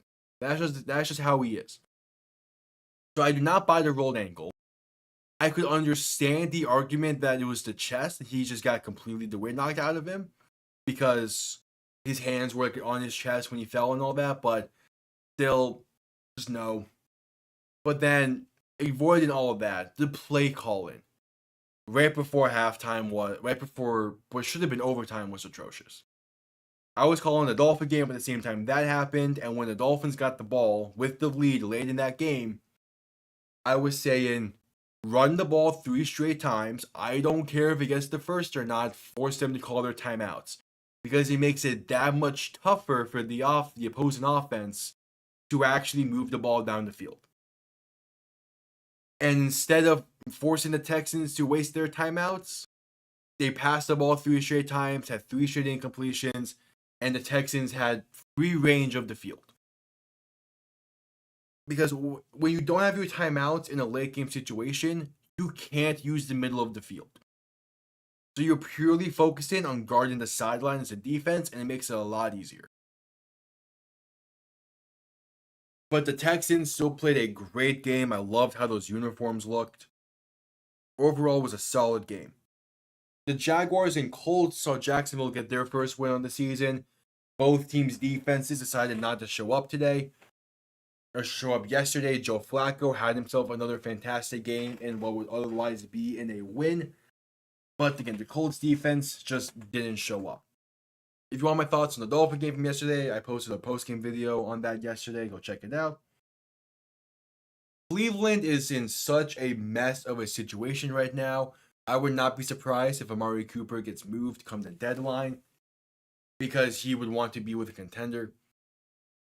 I also feel bad for Stefanski because he is being forced to throw out Deshaun Watson week in, week out, when Deshaun Watson just is not a good fit for that system and cannot run that offense. He just can't. Every other starting caliber quarterback they've thrown into that offense so far with Stefanski has been a very solid starter for Cleveland. Whether that was Baker, whether that was Flacco, whether that was Dorian Thompson-Robinson, PJ Walker, they've had some very solid performances out of guys not named Deshaun Watson. They've also had some solid performances out of Deshaun Watson. But it's not good enough to have one solid performance a year when you're getting paid that much money. So I feel like Stefanski is being forced to start Watson because there's no way you keeping him that in unless there's higher ups involved in some capacity. Whether that's the GM, whether that's the owner, there is someone telling him, hey, you have to play Watson because we gave him so much money. Because it makes no sense otherwise why Watson would be playing. It just doesn't. Washington, on the other hand, is looking fantastic. And I'm really excited for their game next week against Baltimore. That and Sunday Night Football are the guarantees next week that I'm going to be live for due to Miami being on the bye. But yeah, Washington is looking phenomenal. Another great win. The defense played great. Jaden Daniels didn't play his best game he has this season and still was pretty dominant and did a great job and got the win. Like it's all impressive.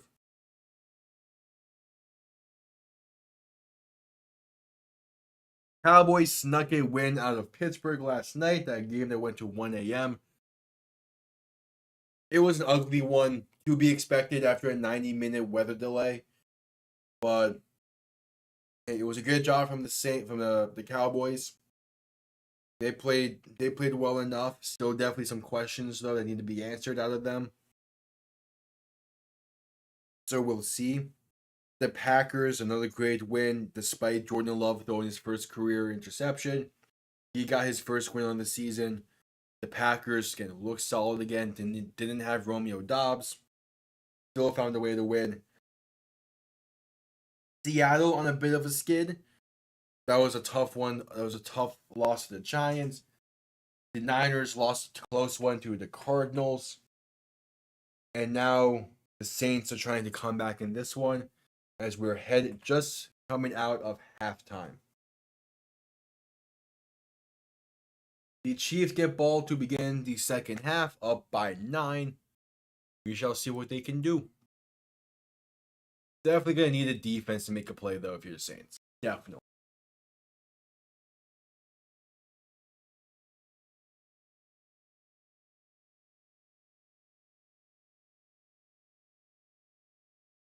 Ooh.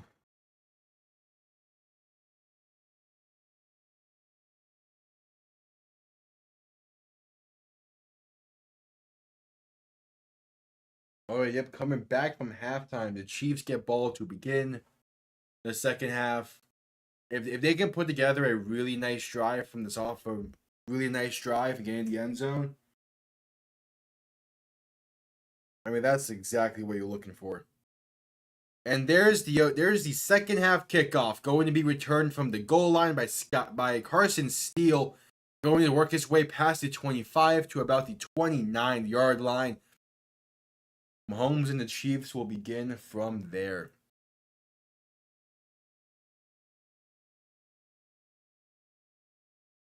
Dennis Allen being interviewed at halftime, man. He is. I mean, he's been solid, I guess. Especially this season, he's been solid for New Orleans. But I don't know. I'm not the biggest fan of him. Mahomes under center, going to hand this off left side for Kareem Hunt, and going to stumble his way for about 4 on the play. I mean, he's been a solid coach, but I don't know. I feel like that if they're going to start building for the future soon, I don't think he's the coach of the future. But they're kind of just using him for right now as like hey, we're in so much cap hell, we just need someone to coach this team before we're ready. Mahomes in shotgun, going to hand this off up the middle for Kareem Hunt, who's going to gain about 3, maybe 4 on the play, and set up a 3rd and short. Yeah, like what is Dennis Allen's specialty? Is he an offensive-minded guy? I don't know. Either way, I do feel like there's like I just don't think he's the guy for the future.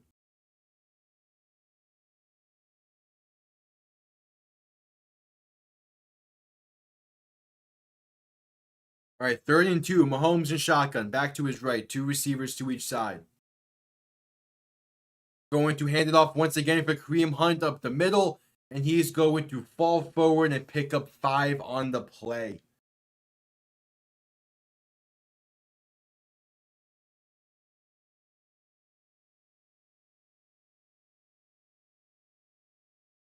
First and 10.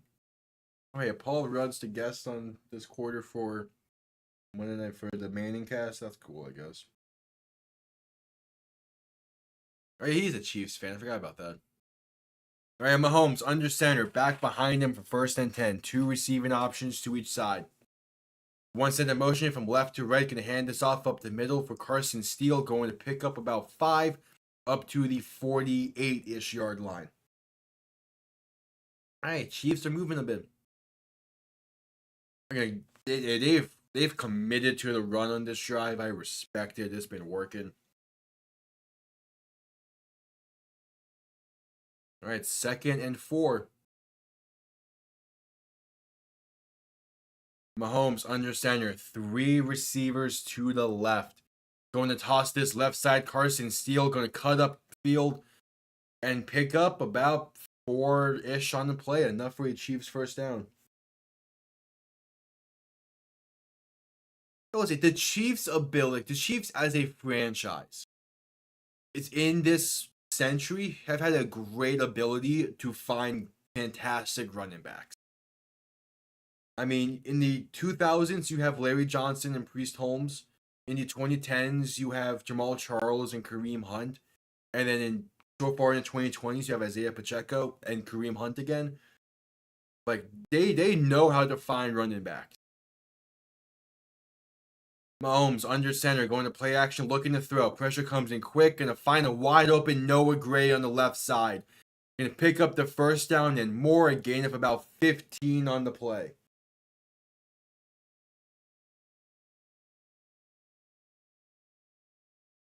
Yeah, just the play action. They ran the ball for 5 straight plays. They run play action, and they've got a wide open receiver. Right, they find the tight end wide open. And probably the linebackers move to the side that they think the run's coming from. Mahomes, shotgun, back to his left.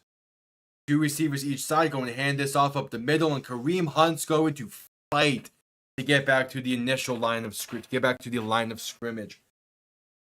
So a 2nd and 10 coming up. That's the downside of this, though. If you want to commit to the run so much, eventually the opposing defense is going to just say, "Hey, if you're going to run the ball down our throats, we're actually going to stack the box now." Or at least send like delay pressures in, so that way, in case you do run, we have someone that you didn't account for. Mahomes shotgun back to his left, looking to throw. Gonna roll out to his right and going to just spike this one in the dirt. It fell a yard behind the line of scrimmage. You're pointing to saying Kelsey was in the vicinity, but I don't know. Incomplete. 3rd and 10 coming up. Cam Jordan's on there for the pressure. Yeah, Mahomes spikes that one in the dirt. Are we really saying that was intended for Kelsey? Okay, yeah, no. I thought Kelsey was more so on the left side. No, that was. All right. Mahomes shotgun back to his right. 3 receivers to the left on 3rd and 10 from the 32.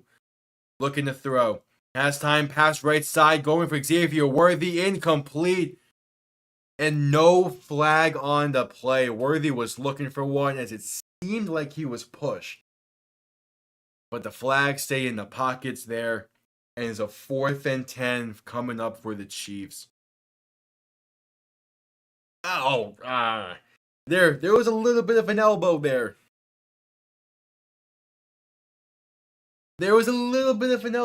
But again, I do think it's still the correct call. I don't think it was enough of an elbow to really warrant it. But now, the 51-yard try from Harrison Butker, the right hash. Kick is up and no good. He doinked it off the right upright.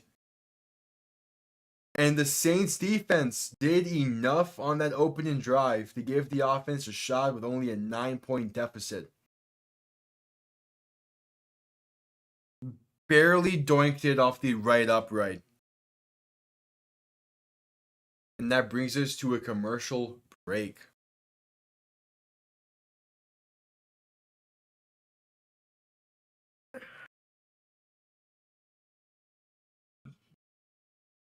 I am thankful that I'm not going to have a lot to do this week when it comes to talking. Because as much as I love these play-by-plays, doing so many in a week, it does not help the throat. And I forgot to grab tea and honey before everything kind of got overran due to the storm.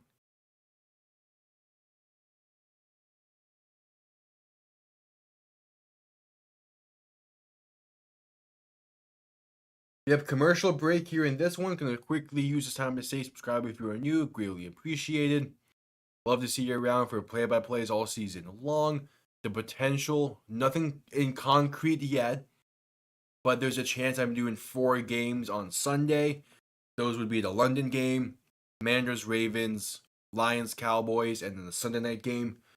I'm still not fully certain on if I'm doing the London game yet. We'll see, but definitely going to be 3 streams on Sunday, so stick around for that. Thursday night football this week between the Niners and Seahawks, and then Monday night football between the Bills and Jets next week as well.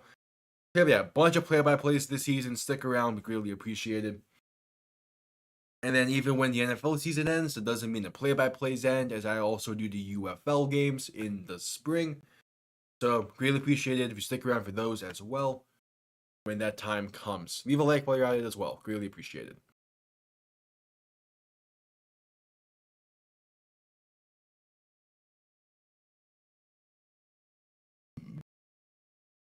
But yeah, the Saints have a shot. They can score in this drive, make it a 1-possession game. And then the defense has a little bit of momentum now because, again, a missed field goal adds momentum to the opposing team in ways that most people don't fully see.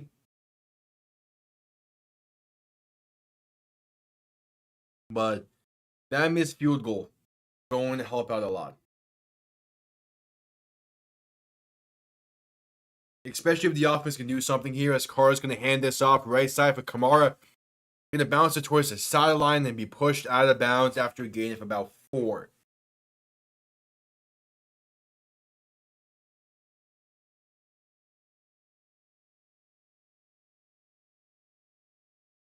2nd and 7, ruling a gain of 3. Saints going a little bit of high tempo here. Carr under center, back behind him. Going to hand this off once again for Kamara. He's going to find a way to get up the middle, but just stumbling forward. Not going to pick up a lot there. Gain of roughly 2. Had a lane if he was able to stay on his feet, but only giving him a yard on the play. And only 29 scrimmage yards from Kamara tonight. Definitely going to need him to be more of a factor as the game continues. 3rd and 6. Carr alone in shotgun. 2 receivers to each side. 3rd and 6, looking for the plus 49. Carr back to throw. Pump faking. Throw over the middle is caught. Going to be a gain of about 7. Foster Moreau on the reception. The Saints keep the drive alive. 9 minutes now to play.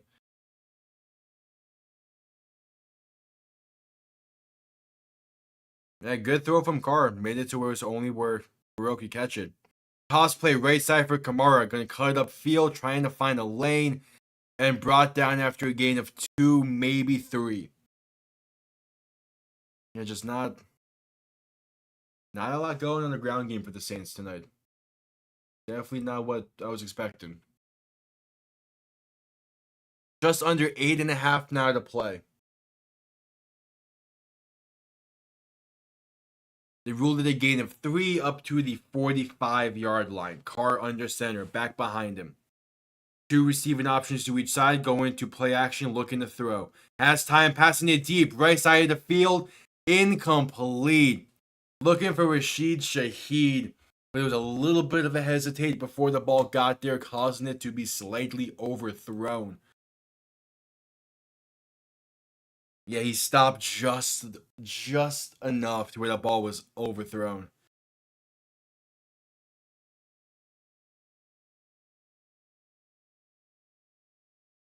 All right, 3rd and 7. Ball on the 45.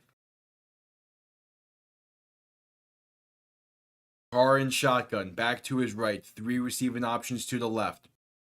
Drop it back, looking to throw. Kansas City sending pressure. Pass left side is caught by Mason Tipton for a first down. Gain of about 8, maybe 9, but there's a flag on the play.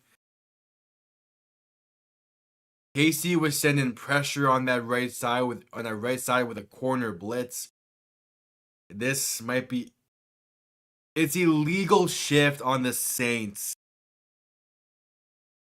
And I think there's going to be a replay of 3rd down. And yep, Chris Olave, after motioning, instead of getting set at the line, he was just hopping. Yeah, he was hopping at the line instead of getting set. Can't be having that. So 3rd and 12 now for the Saints. Carr in shotgun, back to his left. 3 receivers to the left. Looking for the 38-yard line. Ball in midfield. Carr back to throw. Pressure coming in quick. And sacked back near the 41. Ruling it to 42.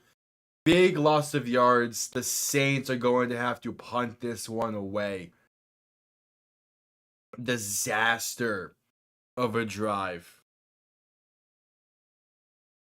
Yeah, just no pocket there. Pressure came in too quick.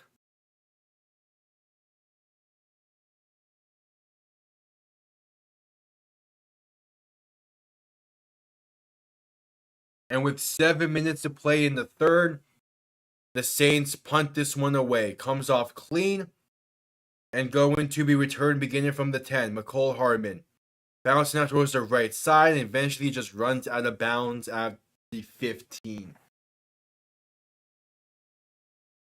And that brings us to another commercial break in this one. Both defenses have made some plays in this second half. Time to see what offense can eventually put points on the board in this half. To be fair, though, the Chiefs' offense looked a lot better in this half already through just one drive each than the Saints' offense did. In part because the ground game was working a lot better. and really that drive was ended. That drive was end. The Chiefs' drive ended on the last drive because of the lack of a run. Restart. The Chiefs' last drive ended in part because they just did not choose to run the ball at all in that set of downs. But I mean, if they can if they stick to the run a bit, they could get a drive going and try to add on to this lead a bit and extend the lead.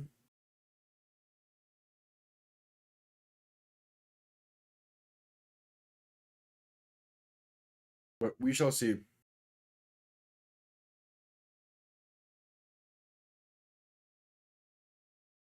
We shall see. Again, the Chiefs are totally fine winning a lot of close games right now that are defensive focused because they know that eventually the offense is going to find itself, and it has a little bit tonight with the addition of getting Kelsey more involved.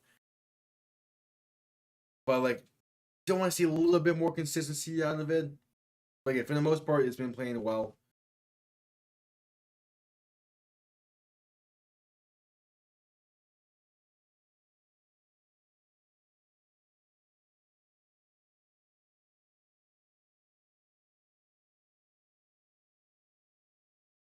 But yeah, select commercial break in this one as we await the Chiefs' next drive, beginning backed up from their own 15.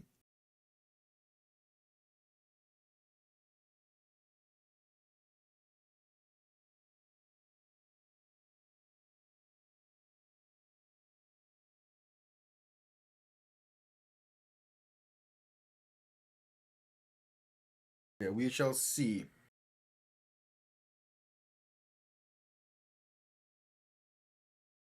All right.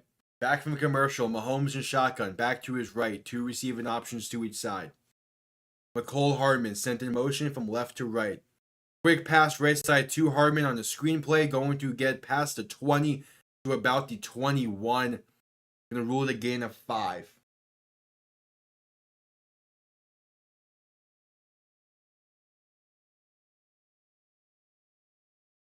All right. Again, a solid first play of the drive. You always want the first play of the drive to set the tempo and gain a good chunk of yards, and 5 yards is just that. Now a handoff up the middle for Kareem Hunt. He's going to find a way to bounce off defenders and pick up about 7 on the play. Enough for a Chiefs first down. 6 minutes now to play in this third quarter.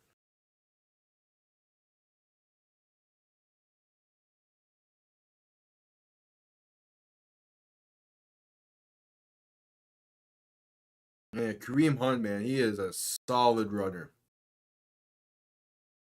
Mahomes, understanding, gonna quick pass this right side for Xavier Worthy.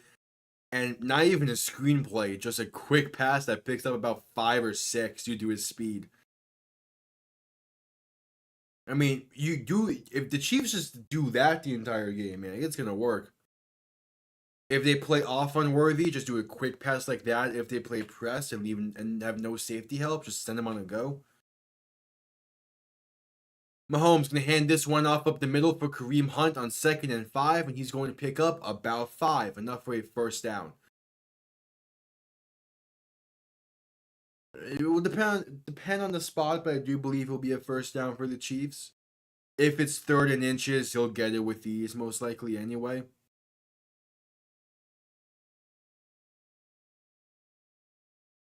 They're gonna measure this. It seems they're wasting the time a bit. What's the ruling? No, they're saying 3rd down. He was short, 3rd and inches. I don't know. It's hard to tell there. Yeah, 3rd and inches. Mahomes under center, back and fullback behind him. Going to fullback dive with Carson Steele up the middle, and that's going to pick up a yard, enough for a first down. Again, like the Chiefs, man, their offensive line is fantastic. Like you're not gonna win a battle of the trenches that easily against them.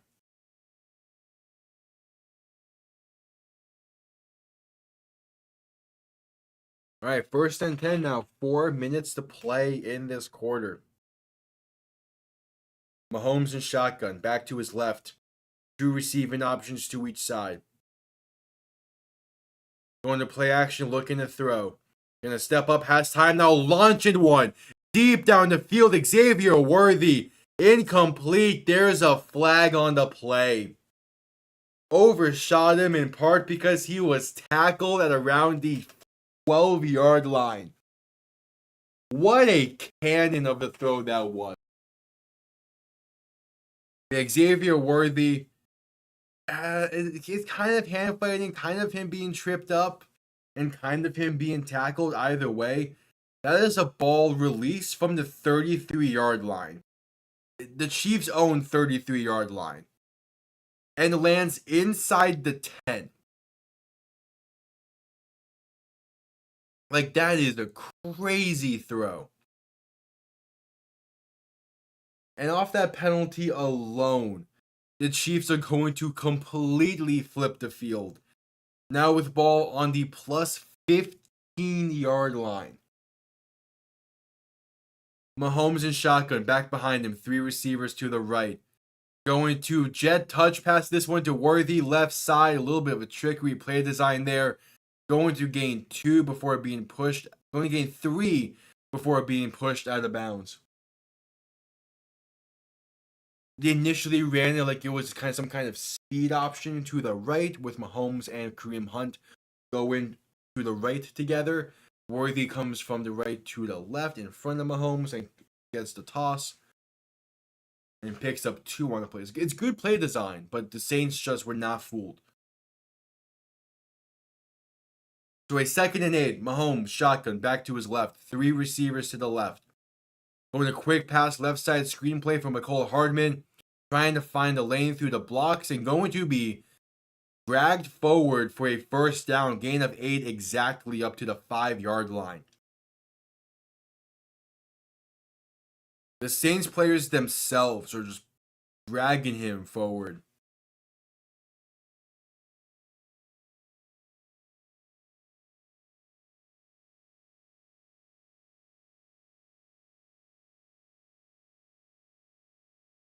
Yep. So now 1st and goal from the 5.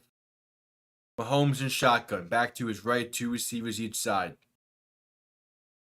Kelsey sent in motion. Mahomes going to shovel pass. Kelsey up the middle and going to pick up about 3 on the play. Up to the 2. Saints read that play well, but it still picked up 3 yards. Because, I mean, there's not much. Again, that's a good play design.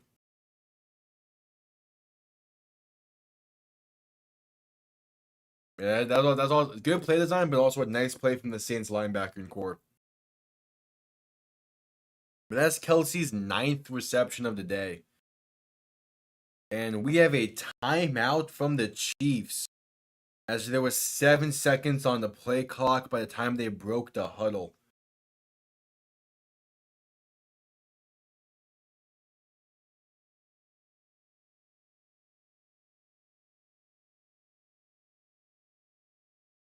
So the Chiefs, 2nd and goal from the 2.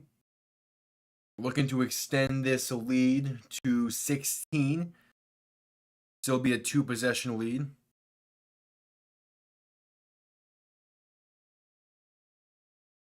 Oh, wow. The D tackle who made that play on 1st and goal was drafted by the Chiefs in the 3rd round. Jeez.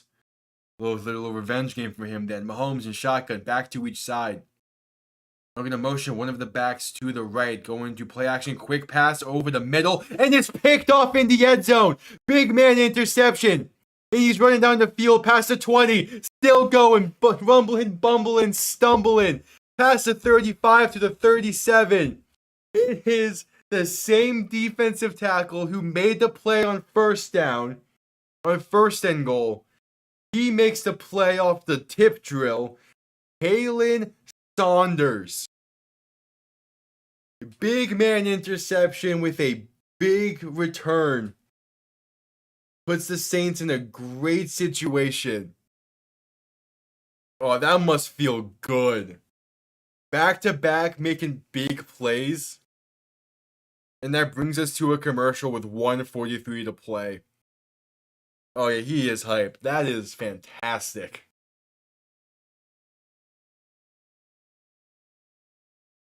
Big man interception. Holy.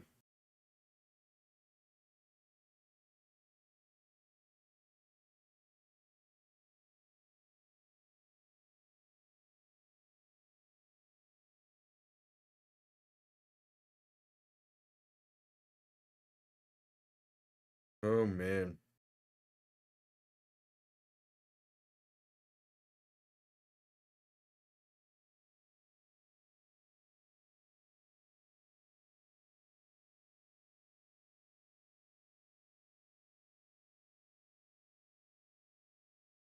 We have commercial break after that one.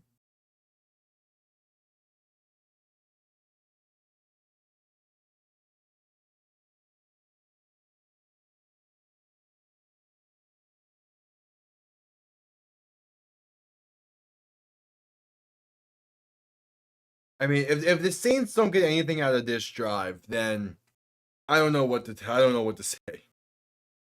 This is a prime opportunity to get to to make this a one possession game, get back into it. You have all the momentum. After a big man play like that, a great interception on the tip drill, an excellent return of 40 yards up to the 35-ish. Like, this is your moment. You need to have something on this drive.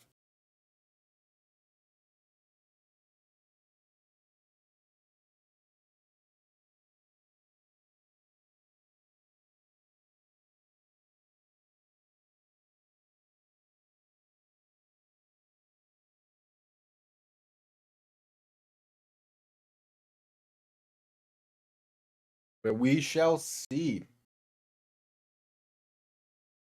Like, this is a prime moment for the Saints.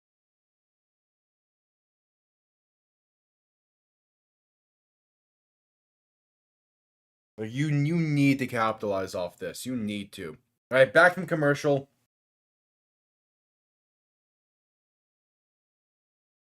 Carr in shotgun, back to his left. Two receiving options to each side. Two tight ends to the left.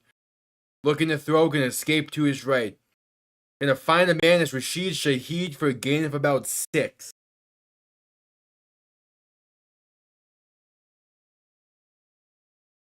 Yeah, looking for Juju Smith-Schuster on that second and goal play. They're showing it again. Man, oh man. This he broke off two. God, that's a fantastic play. All right, Carr under center on 2nd and 3, back behind him. Going to play action, looking to throw. Has time. Gonna throw it right side. Has Rashid Shaheed once again past midfield inside the 40 to about the 41. But there is a flag on the play. This one might be brought back. That's a drive killer right there.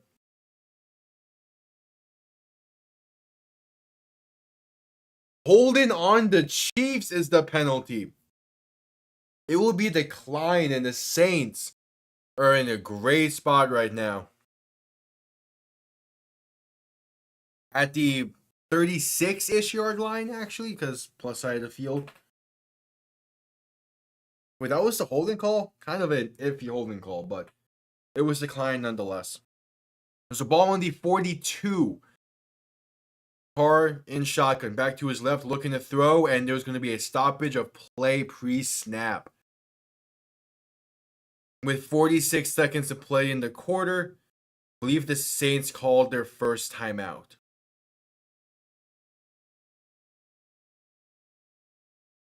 Oh no, they're just respotting the ball at the 37. That's what it is, okay.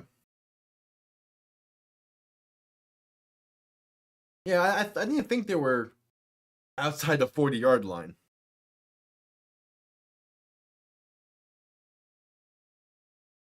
All right, ball on the 37. Carr in shotgun. Back to his left. 2 receivers to each side.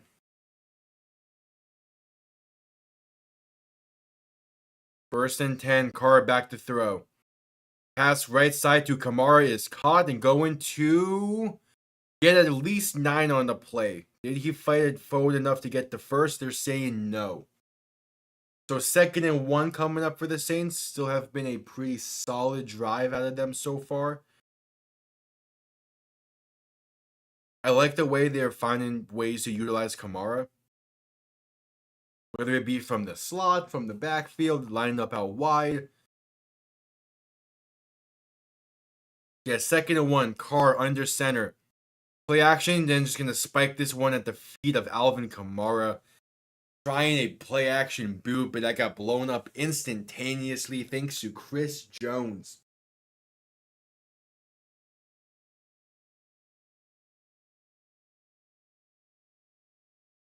I haven't called his name much tonight, but he makes a play there for the Chiefs.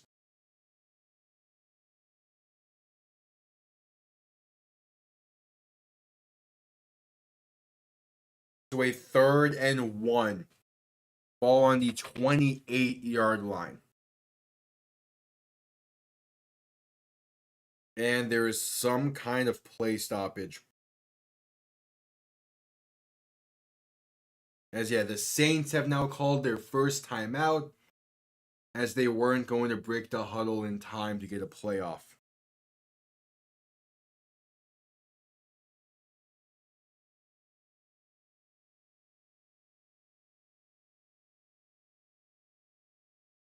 All right, so we have 30-second timeout, it seems, as we are approaching the end of the 3rd quarter as well.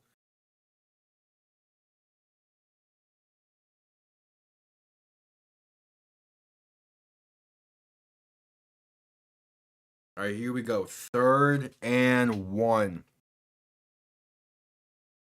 Carr under center, back and fullback behind him. Going to hand this one off up the middle for Kamara. He's going to get the first down inside the 25 to the 24, but there is a flag on the play. I don't think the fullback was fully set by the time the ball was snapped. Oh no, the Chiefs were lined up offsides. That's what it was. Chris Jones' helmet was offsides. Yeah, offsides on the Chiefs. So they're just going to accept it, get the 5 yards.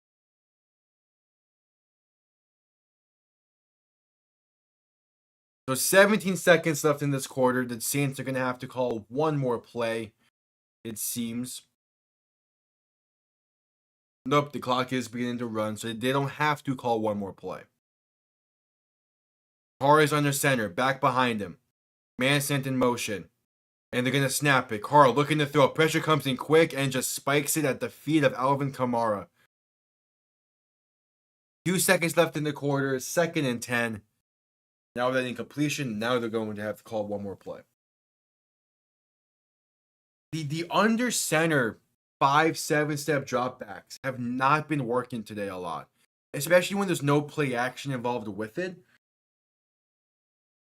Like that kind of play call has been pretty much dead in the NFL.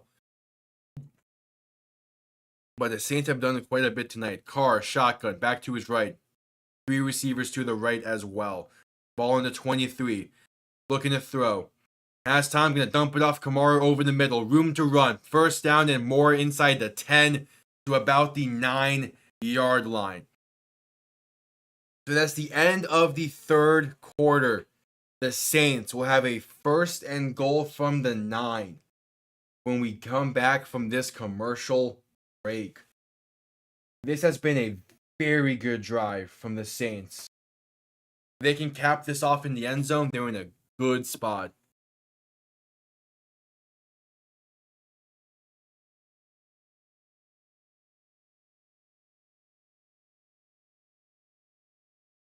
Yep, brings us to a commercial break.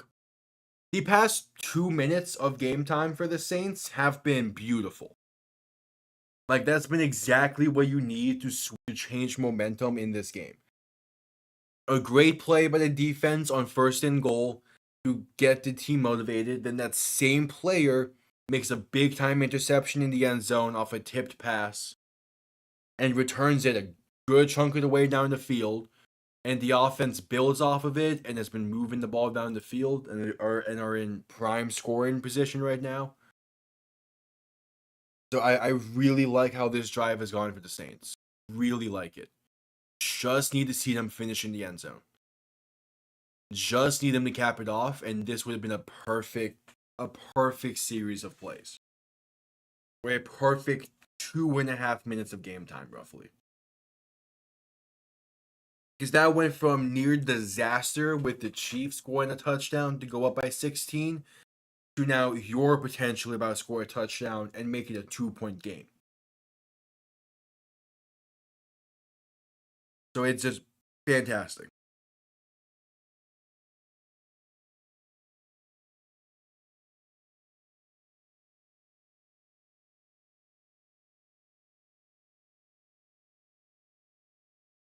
So we'll see again. They're ball on the 9, 1st and goal, but they're going to need to make a play.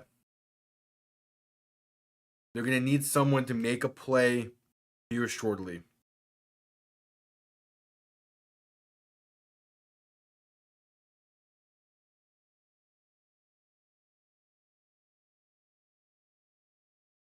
Yep, there is the commercial.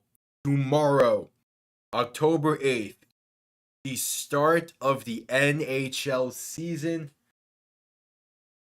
Man, oh man, I'm excited. Of course, there was the 4:30 game between the Kraken and St. Louis, blah, blah, blah. No one gives a fuck. It's all about the Panthers and Bruins at 8. Three NHL games tomorrow. I've said this before in streams, but if you have not tuned into the NHL before, I highly recommend it. I was not an NHL fan until about 3-4 years ago when I saw playoff hockey for the first time. It was fantastic. Handoff, right side for Kamara, going to gain about 3. I definitely recommend checking out hockey. It is the physicality of 2010s football with the fast-paced action of the NBA. It is fantastic. It is great. At least watch a game, and tomorrow is the perfect game to watch with the Panthers and Bruins going at it. Big time rivalry there, with both teams having met in the playoffs countless of times in recent years. Panthers winning most of those matchups. Carr under center, back behind him, 3 receivers to the left, 1 sent in motion. Going to play action, looking to throw. And the throw at right side has a man wide open, caught. Touchdown, New Orleans. Foster Moreau going to make this a 3-point game with the extra point to come. And just like that, the Saints have taken full advantage of a fantastic situation. And a fantastic defensive play. That's a beautiful throw from Carr and a great play design. That is... Oh, that's fantastic. Moreau kind of pretends like he's blocking, doing a good old block and release route. The extra point is up, and he missed it to the left. Going to remain a 3-point game as he misses the extra point. That is tough. But the Saints defense has been playing well today. There is still a shot.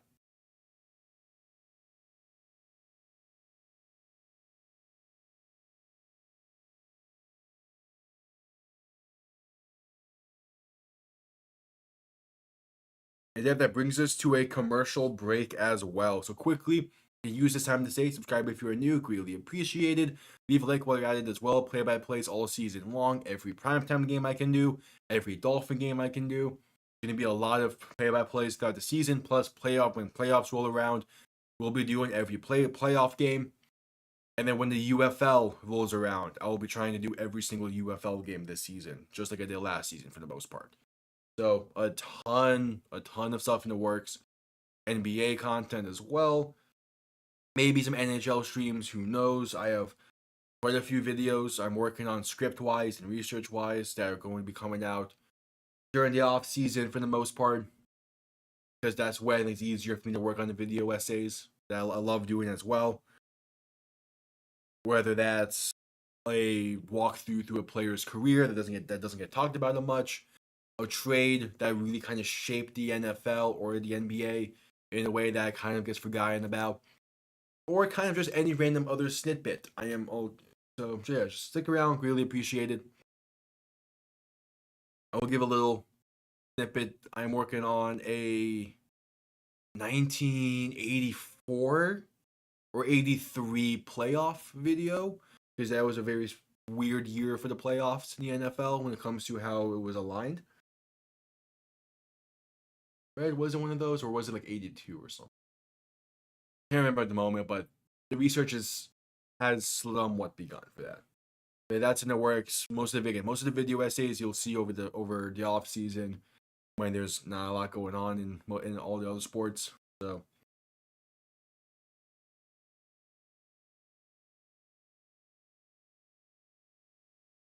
yeah, again, stick around, subscribe. Really appreciate it. We'll still at commercial here in this one. It'll only take a few seconds.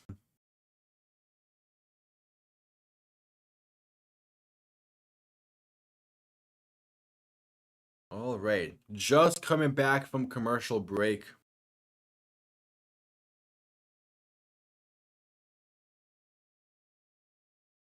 The Saints set to kick this one away with 4:16 to play. This is going to be returnable beginning from about the 7-yard line. Carson Steele going to work his way past the 30 to about the 33. Great return there. Sets the Chiefs up in good starting field positioning. And now they need to try to re-extend this lead. There we go.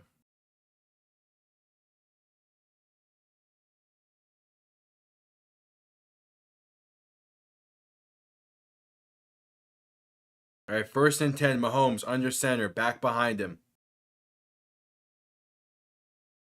Going to hand this off up the middle for Kareem Hunt and going to gain about 3 on the play up to the 35-yard line.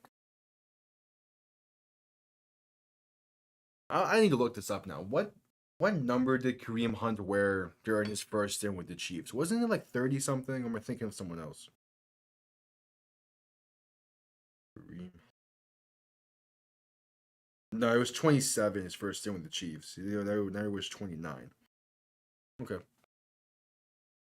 Mahomes under center, back behind him. 3 receivers to the right. Going to play action, looking to throw. Has time. Pass over the middle. Caught. Juju Smith-Schuster. Plenty of space to run. Pass to 25 to 20 to 15. Pushed out of bounds at about the 13-yard line. Massive play there for the Chiefs.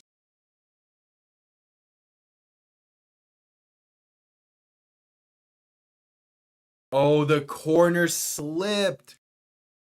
No, that was Tyrann Mathieu. He slipped at the top of the route for Juju and gave him plenty of separation because of it. Simple mistake. Mahomes shotgun back to his left, going to hand this off up the middle and going to break some tackles in the backfield and work his way for a gain of 2. That's Kareem Hunt once again.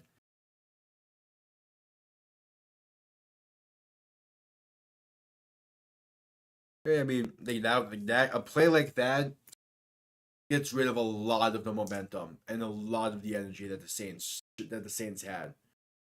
So you gotta take advantage and get in the end zone here. Cancel it for a field goal. Mahomes, shotgun, back behind him.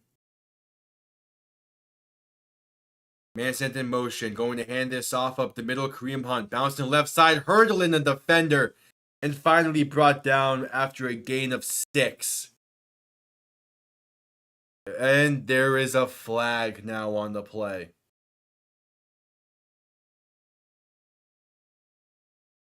Oh, man. It is holding on the Saints. And it's going to be an automatic first down, calling it on Carl Granderson. So the Chiefs now facing a 1st and goal. Oh, that's a devastating penalty.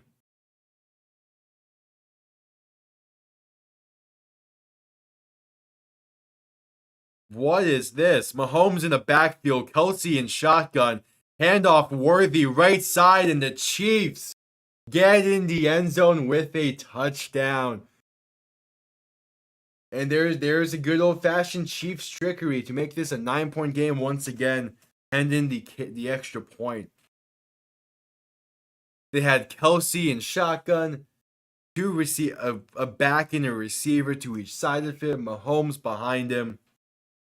End of the day, though, is just a simple outside zone to Xavier Worthy. And just like that, the Chiefs looking to make this a 10-point game with just under 12 minutes to play. Butker on for the extra point. This is up and good. Chiefs up by 10 with 11:56 to play.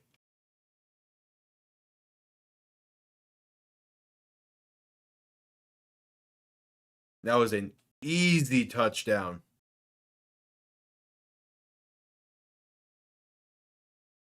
And just like that, the Saints had all their momentum zapped away from them.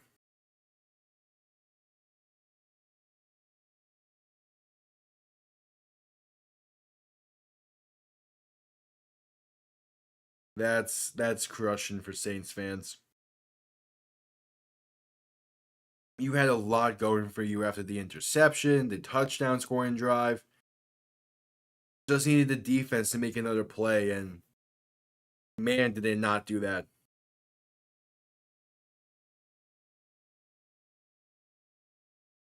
But there's still time. Depending on how long this next drive goes for and what the result is, there's still a pretty solid chance that they can come back in this one. Because all they're going to need is one stop from the defense on the following Chiefs drive. Obviously, again, depending what the end result of this drive is.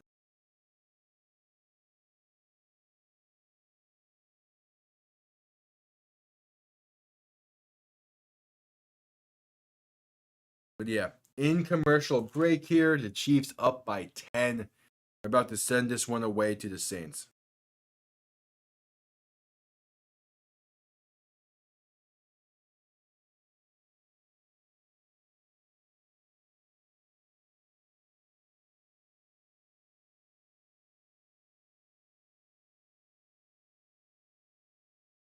Yeah, this has been a solid game so far. Again, a lot is going back to that very first drive of the game. The interception throw from Derek Carr attempted to throw the ball away led to the Saints being a lot worse of a situation than what they could have otherwise been if that drive ended in a punt and in a field goal, a touchdown. Like, who knows how that drive would have ended.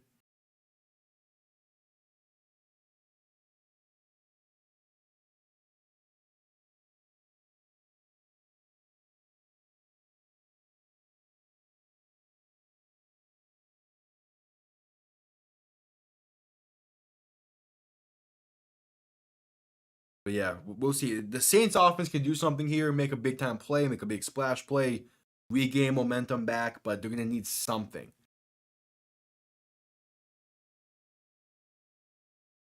As Butker's going to send this one away, going to be muffed in the end zone, then downed in the end zone for a touchback. Saints will begin this drive from the 30. We got someone there wearing a Nebraska hat in the stands. Let's go.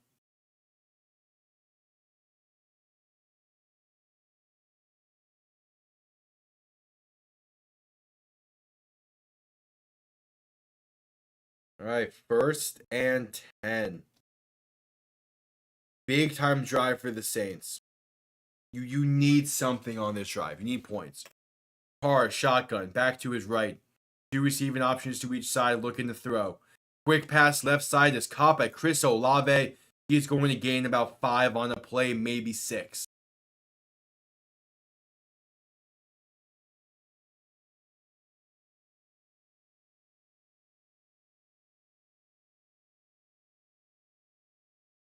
All right, again, I really love first play of drives that goes for 5+ yards.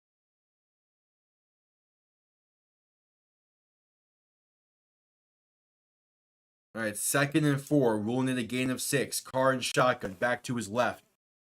2 receiving options each side, looking to throw. Has some time, they're going to throw it over the middle, caught for the first down, and a gain of about 6 is Jawan Johnson on the play. All right, keeping it simple, just moving the ball down the field. I like it so far. 11 minutes to play. It's showing off some people wearing Kansas City Royals gear right now as their game's going on.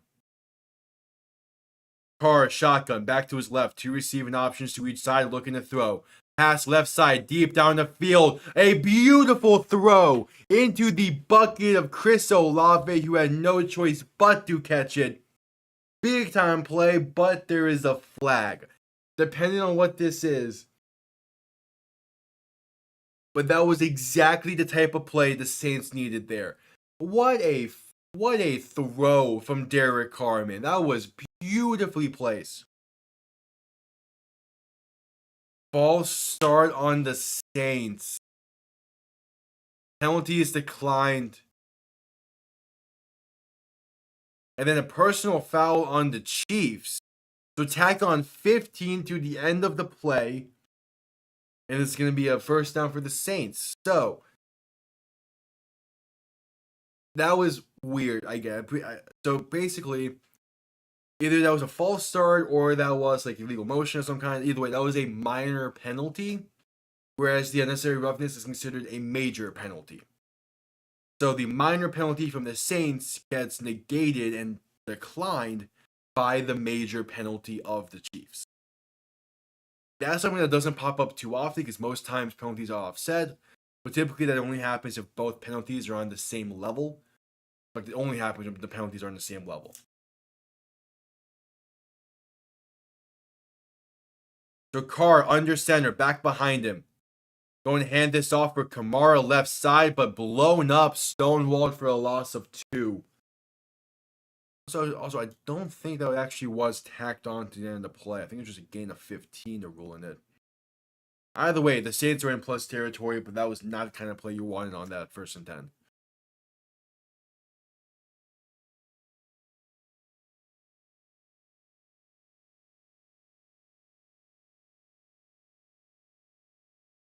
So 2nd and 12, Carr alone in shotgun, 3 receiving options to the right. Looking to throw, gonna quick pass left side for Kamara, who's going to gain about 3 on the play before being pushed out of bounds. 3rd and 9 coming up.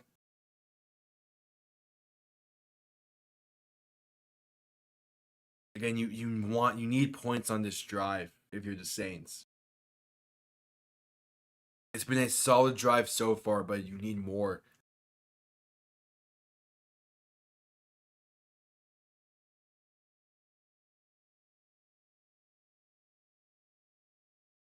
And Arrowhead is getting loud. Carr alone in shotgun. 3 receiving options to the right. Chiefs sending pressure. Carr launching one deep down the field. Right side incomplete. Underthrew Rashid Shaheed. That is a killer. Trying it once again for Shaheed, and yeah, didn't really have it. It wasn't open. Just a desperation throw.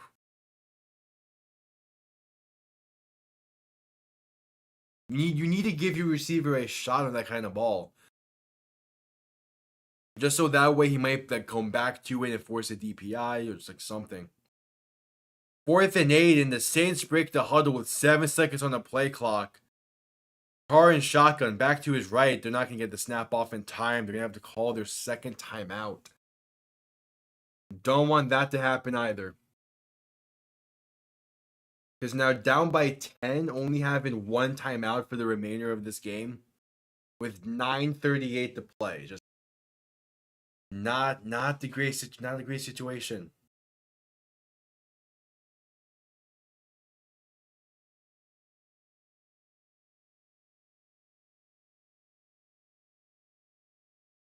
Just not a great situation to be in for the Saints. And this is a big time 4th down coming up. You need to convert this because otherwise the Chiefs can truly put this one out of reach with another touchdown. All right, 4th and 8. This is your gotta have it play call. This needs to be the best play call you can come up with. Carr and shotgun, back to each side. Chiefs sending everyone. Carr just launching one deep down the field. And incomplete through the hands of Mason Tipton. Adam nearly. It was a great throw considering that Carr had 5 Chiefs in his face. But just couldn't hang on. Yeah, the Chiefs sent everyone. And Carr just out of desperation chucked it up there. Oh, it's through the arms. I mean, Carr cannot. I mean, you need to catch that. The throw was there. The throw was there for back shoulder grab. Oh, you need to hang on. You need to grab that through your arms. Crazy in that situation. That was a hell of a throw by Carr, but man, you got to hang on to that.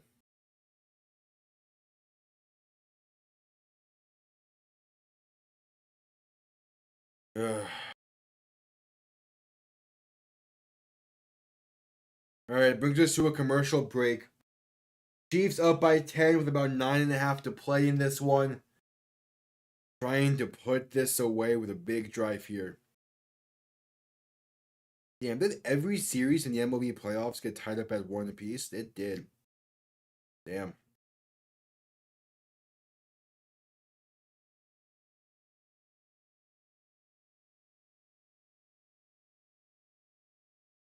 All right, so that commercial here in this one.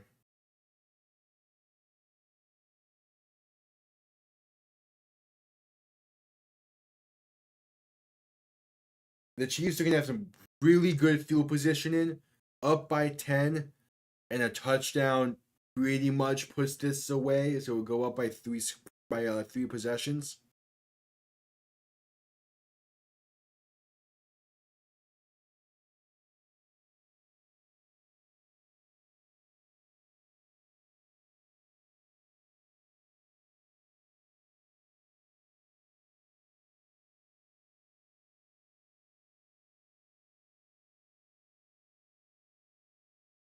Yeah, I mean, who knows? The Saints defense can make a big time play here. Really just put and get the team right back into this, but I mean, this is a tough spot for the Saints to be in. Only one timeout as well. So even if you do hold them to a field goal, who knows how much time you're gonna have left, and then you're going to need the onside kick afterwards.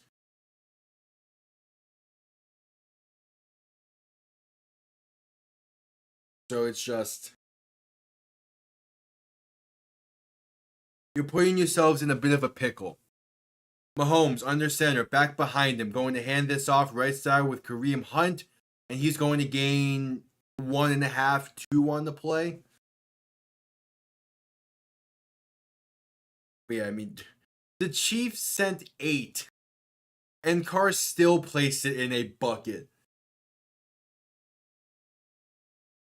Like, oh, you need to hang on to that. It went through his arms, man. Jeez.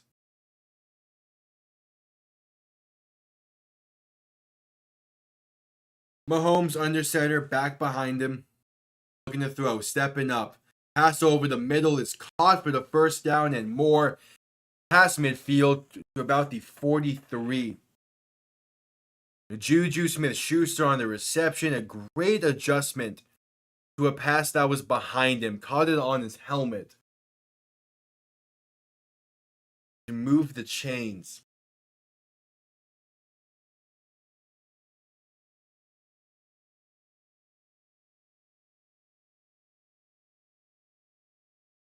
All right, 1st and 10. Now ball on the 44. Mahomes shotgun. Back to his left.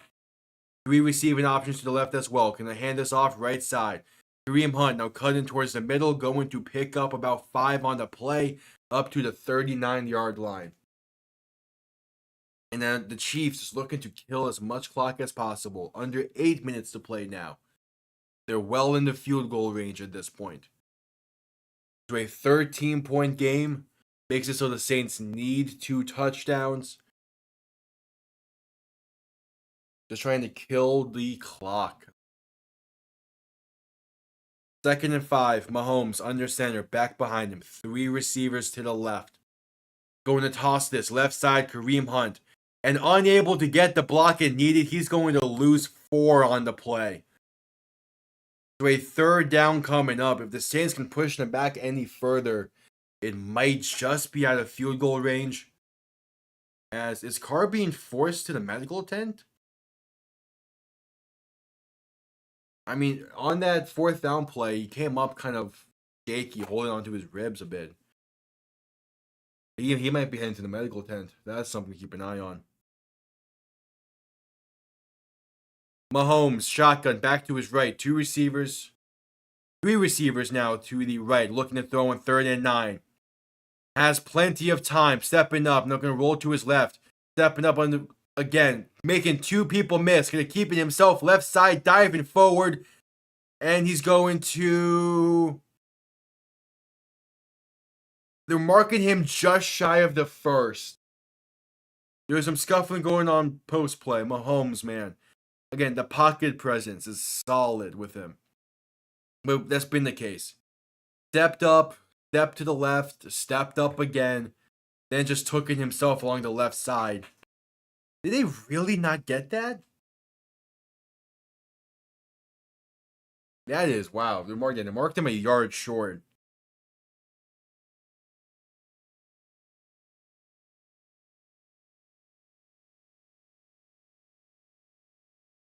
I mean, I don't know when the ball crosses the out of bounds play, but they're saying it's 4th and 1.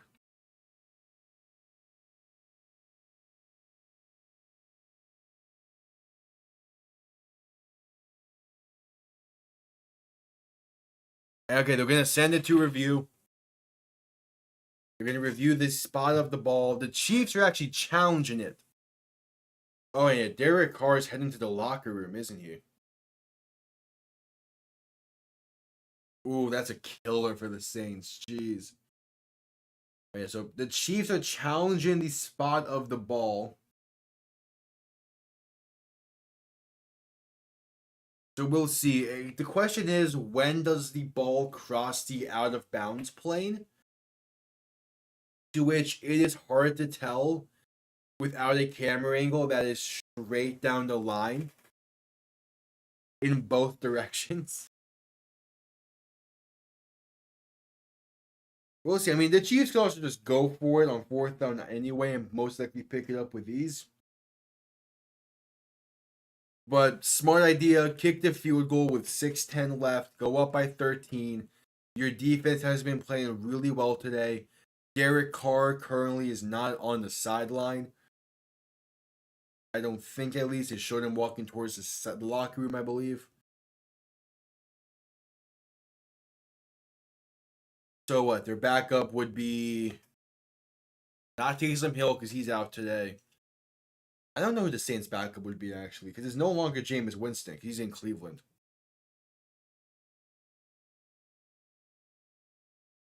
And the Chiefs won the challenge. Paul reversed. They're going to pick up the 1st down and keep the drive alive and able to kill a lot more clock.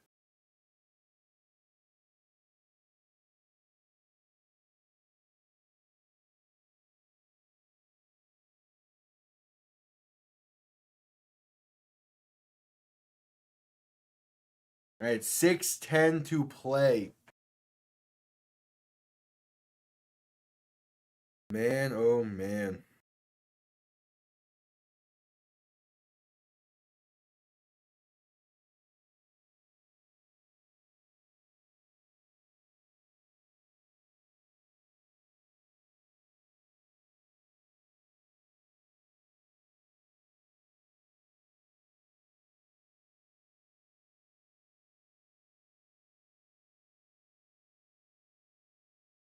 Yeah, 1st and 10 now, adding 2 more seconds back on the clock, so 6. Oh, they added a lot more seconds back on that clock. 6:43 to play now.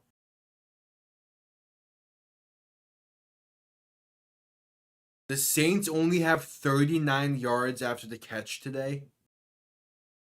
What? That is crazy.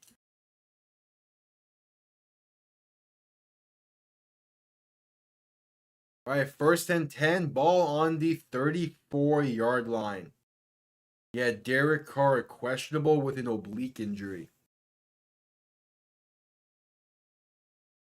Mahomes under center, back behind him. The Chiefs looking to kill as much clock as possible now. Going to hand this off up the middle. Kareem Hunt going to get to about the 30-yard line, gain of 3 on the play. 6 minutes now to play in this one. They're ruling it a gain of 4 officially.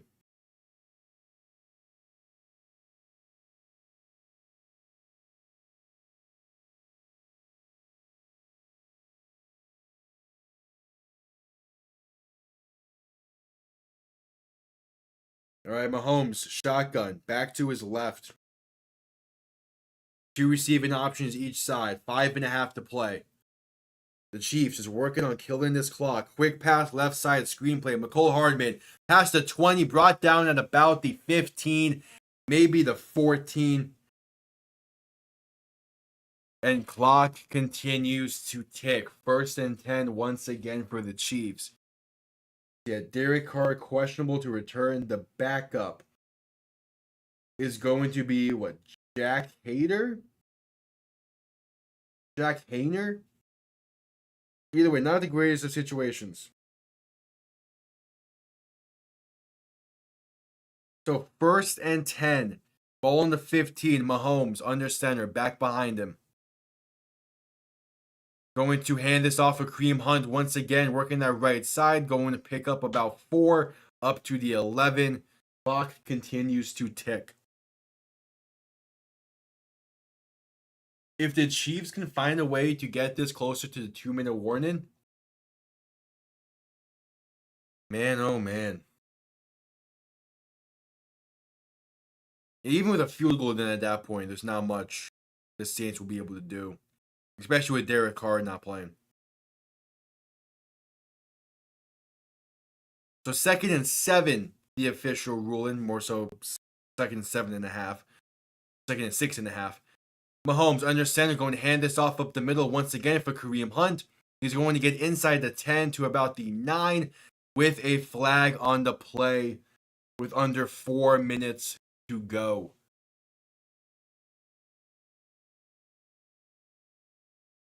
Could this be one judge, one ref is saying hold in on the Chiefs? This could be pushing them back. Both due penalties, both by the offense.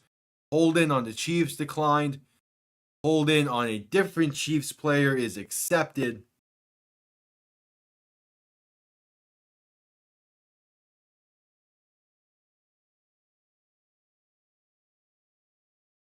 All right. So it's going to be a 2nd and long coming up. Yeah. One person was, yeah, there's definitely 2 holding calls on that one. 2nd and 17, ball on the 22. The Saints don't even have 200 yards of offense today. Jeez. Mahomes, shotgun, back to his right. 2 receiving options each side. Looking to throw. Going to roll out to his right, trying to buy some time. Stepping up now. Still trying to just buy time. Eventually sacked back at the 25-yard line. 3:45 to play.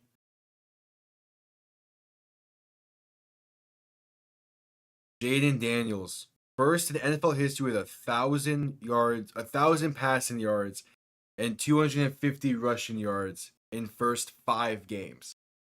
He's having one hell of a season. I'm really excited to call his game against Baltimore next week. As the Chiefs face a 3rd and 20. Mahomes in shotgun, back to his left. 3 receivers to the left. Going to hand this off. Kareem Hunt, right side.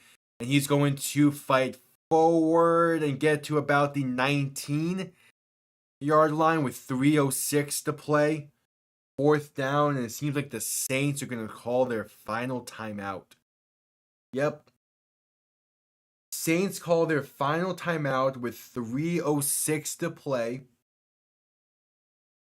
The Chiefs are going to send out the field goal unit to try and make it a 13-point game, which will force the Saints into fourth down territory everywhere. If it was a 10-point game, the Saints could use some backwards logic to kick a field goal the second to get into field goal range. But to be fair, that kind of logic hasn't been used in a long while, which is good to see. All right, 3:07. Harrison Butker on for the 38-yard try from the right hash. The kick is up and right down the middle. The Chiefs have a 13-point lead with 3:03 to play. The Saints are going to need to score quick. They're going to need a touchdown now as well. And then get the onside kick. The Saints are not in a good situation, basically. That's the bottom line. The Saints are not in a good spot with no timeouts remaining. But there's a chance. Not a high chance, but a chance. Gonna have to hope Jake Haener is able to make a big time play here if Derek Carr isn't good to go.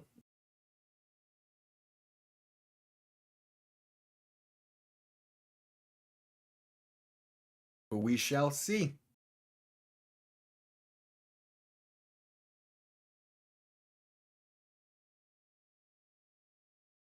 All right, the kickoff soon to be underway. Butker gonna send this one down. The Saints are going to let it bounce to the back of the end zone for a touchback. I'm not sure if that landed in the end zone first or not. It's either going to be starting from the 20 or from the 30. The camera wasn't fast enough. We have next week, Monday Night Football is a good one from East Rutherford, New Jersey. As an AFC divisional clash between the Buffalo Bills and the New York Jets. I have not thought about predictions yet for that one. All I know is as a Dolphin fan, it would be really beneficial if the Jets win. But we'll see if that ends up being my prediction or not. I'm not fully sure. All right. The Saints will begin from the 20, which means the ball bounced in the landing zone, then out the back of the end zone. So Jake Haener, another Fresno State quarterback, is in for the Saints. He's in shotgun, back to his right, 2 receivers each side. Needing a touchdown, looking to throw. Gonna dump it off, at least try to dump it off to Kamara on the left side, overthrown, incomplete.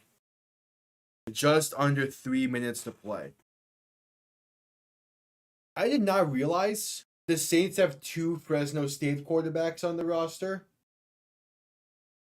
That is funny. But again, they're going to need this to be a proper drive. Haener in shotgun, back to his left. 2 receiving options to each side.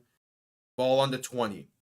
Dropping back, looking to throw. Pass quick, right side to Juwan Johnson. Is caught and going to pick up about 12 on the play. Enough for a first down. You kind of want to go hurry up here a bit.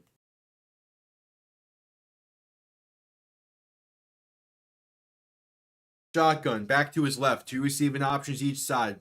Ball on the 31, looking to throw. Going to roll out to his right, escaping pressure. And just chuck one down the field. Incomplete, looking for Chris Olave, who wants a flag, and none thrown. Incomplete. Maybe there should have been one. It's hard to tell with the camera angles shown that. See if the defender got there early or not. Oh, yeah, he 100% did. That should have been DPI. The defender got there early. Come on, refs. Come on. Shotgun, back to his left. 2 receiving options to each side. Ball on the 31. 2.5 to play. Haener looking to throw, rolling out to his right instantly.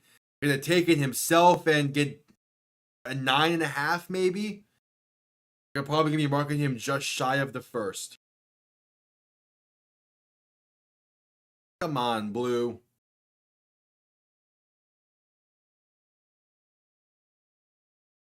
So either a 3rd and short or a 1st and 10 coming up for the Saints.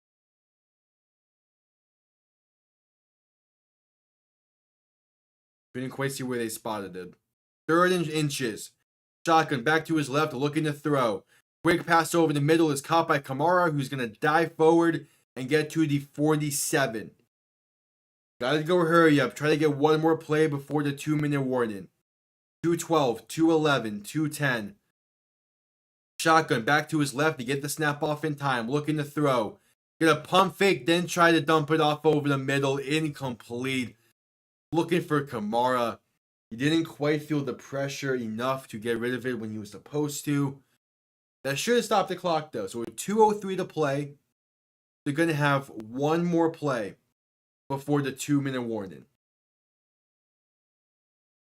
Gotta try to push this down the field a little bit. The dump offs have been working great, but you're in a dire situation now at this point. And again, 2 minutes to go basically. You need to get the ball into the end zone quicker. Because you want to give your offense enough time, assuming you get the onside kick. Shotgun looking to throw. Gonna roll out to his right, escaping pressure once again. Looking downfield, gonna keep it himself and slide down at about midfield. Might be ruling at the 49-yard line. Either way, 2-minute warning with a 3rd down coming up.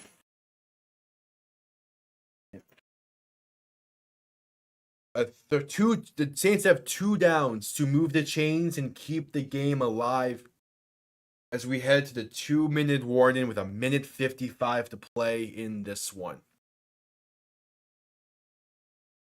I would imagine we don't see Derek Carr again tonight.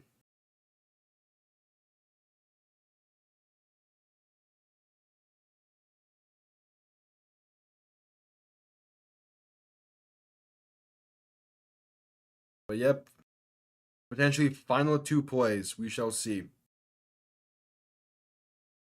Again, the Saints, because they need something big.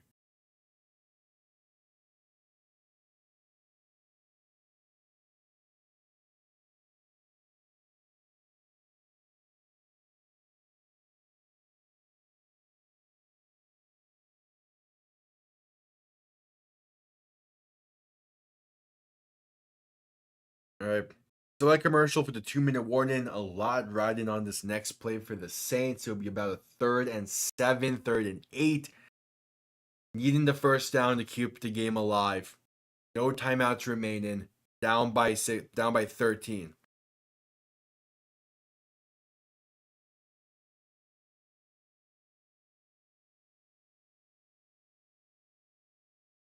Man, oh man, oh man.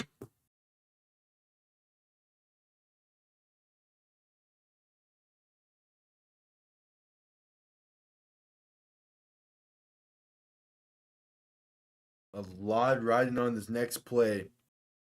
Again, it doesn't help that you don't have Derek Carr in there for this drive, but you gotta be able to make do and you gotta be able to push the ball down the field a bit more.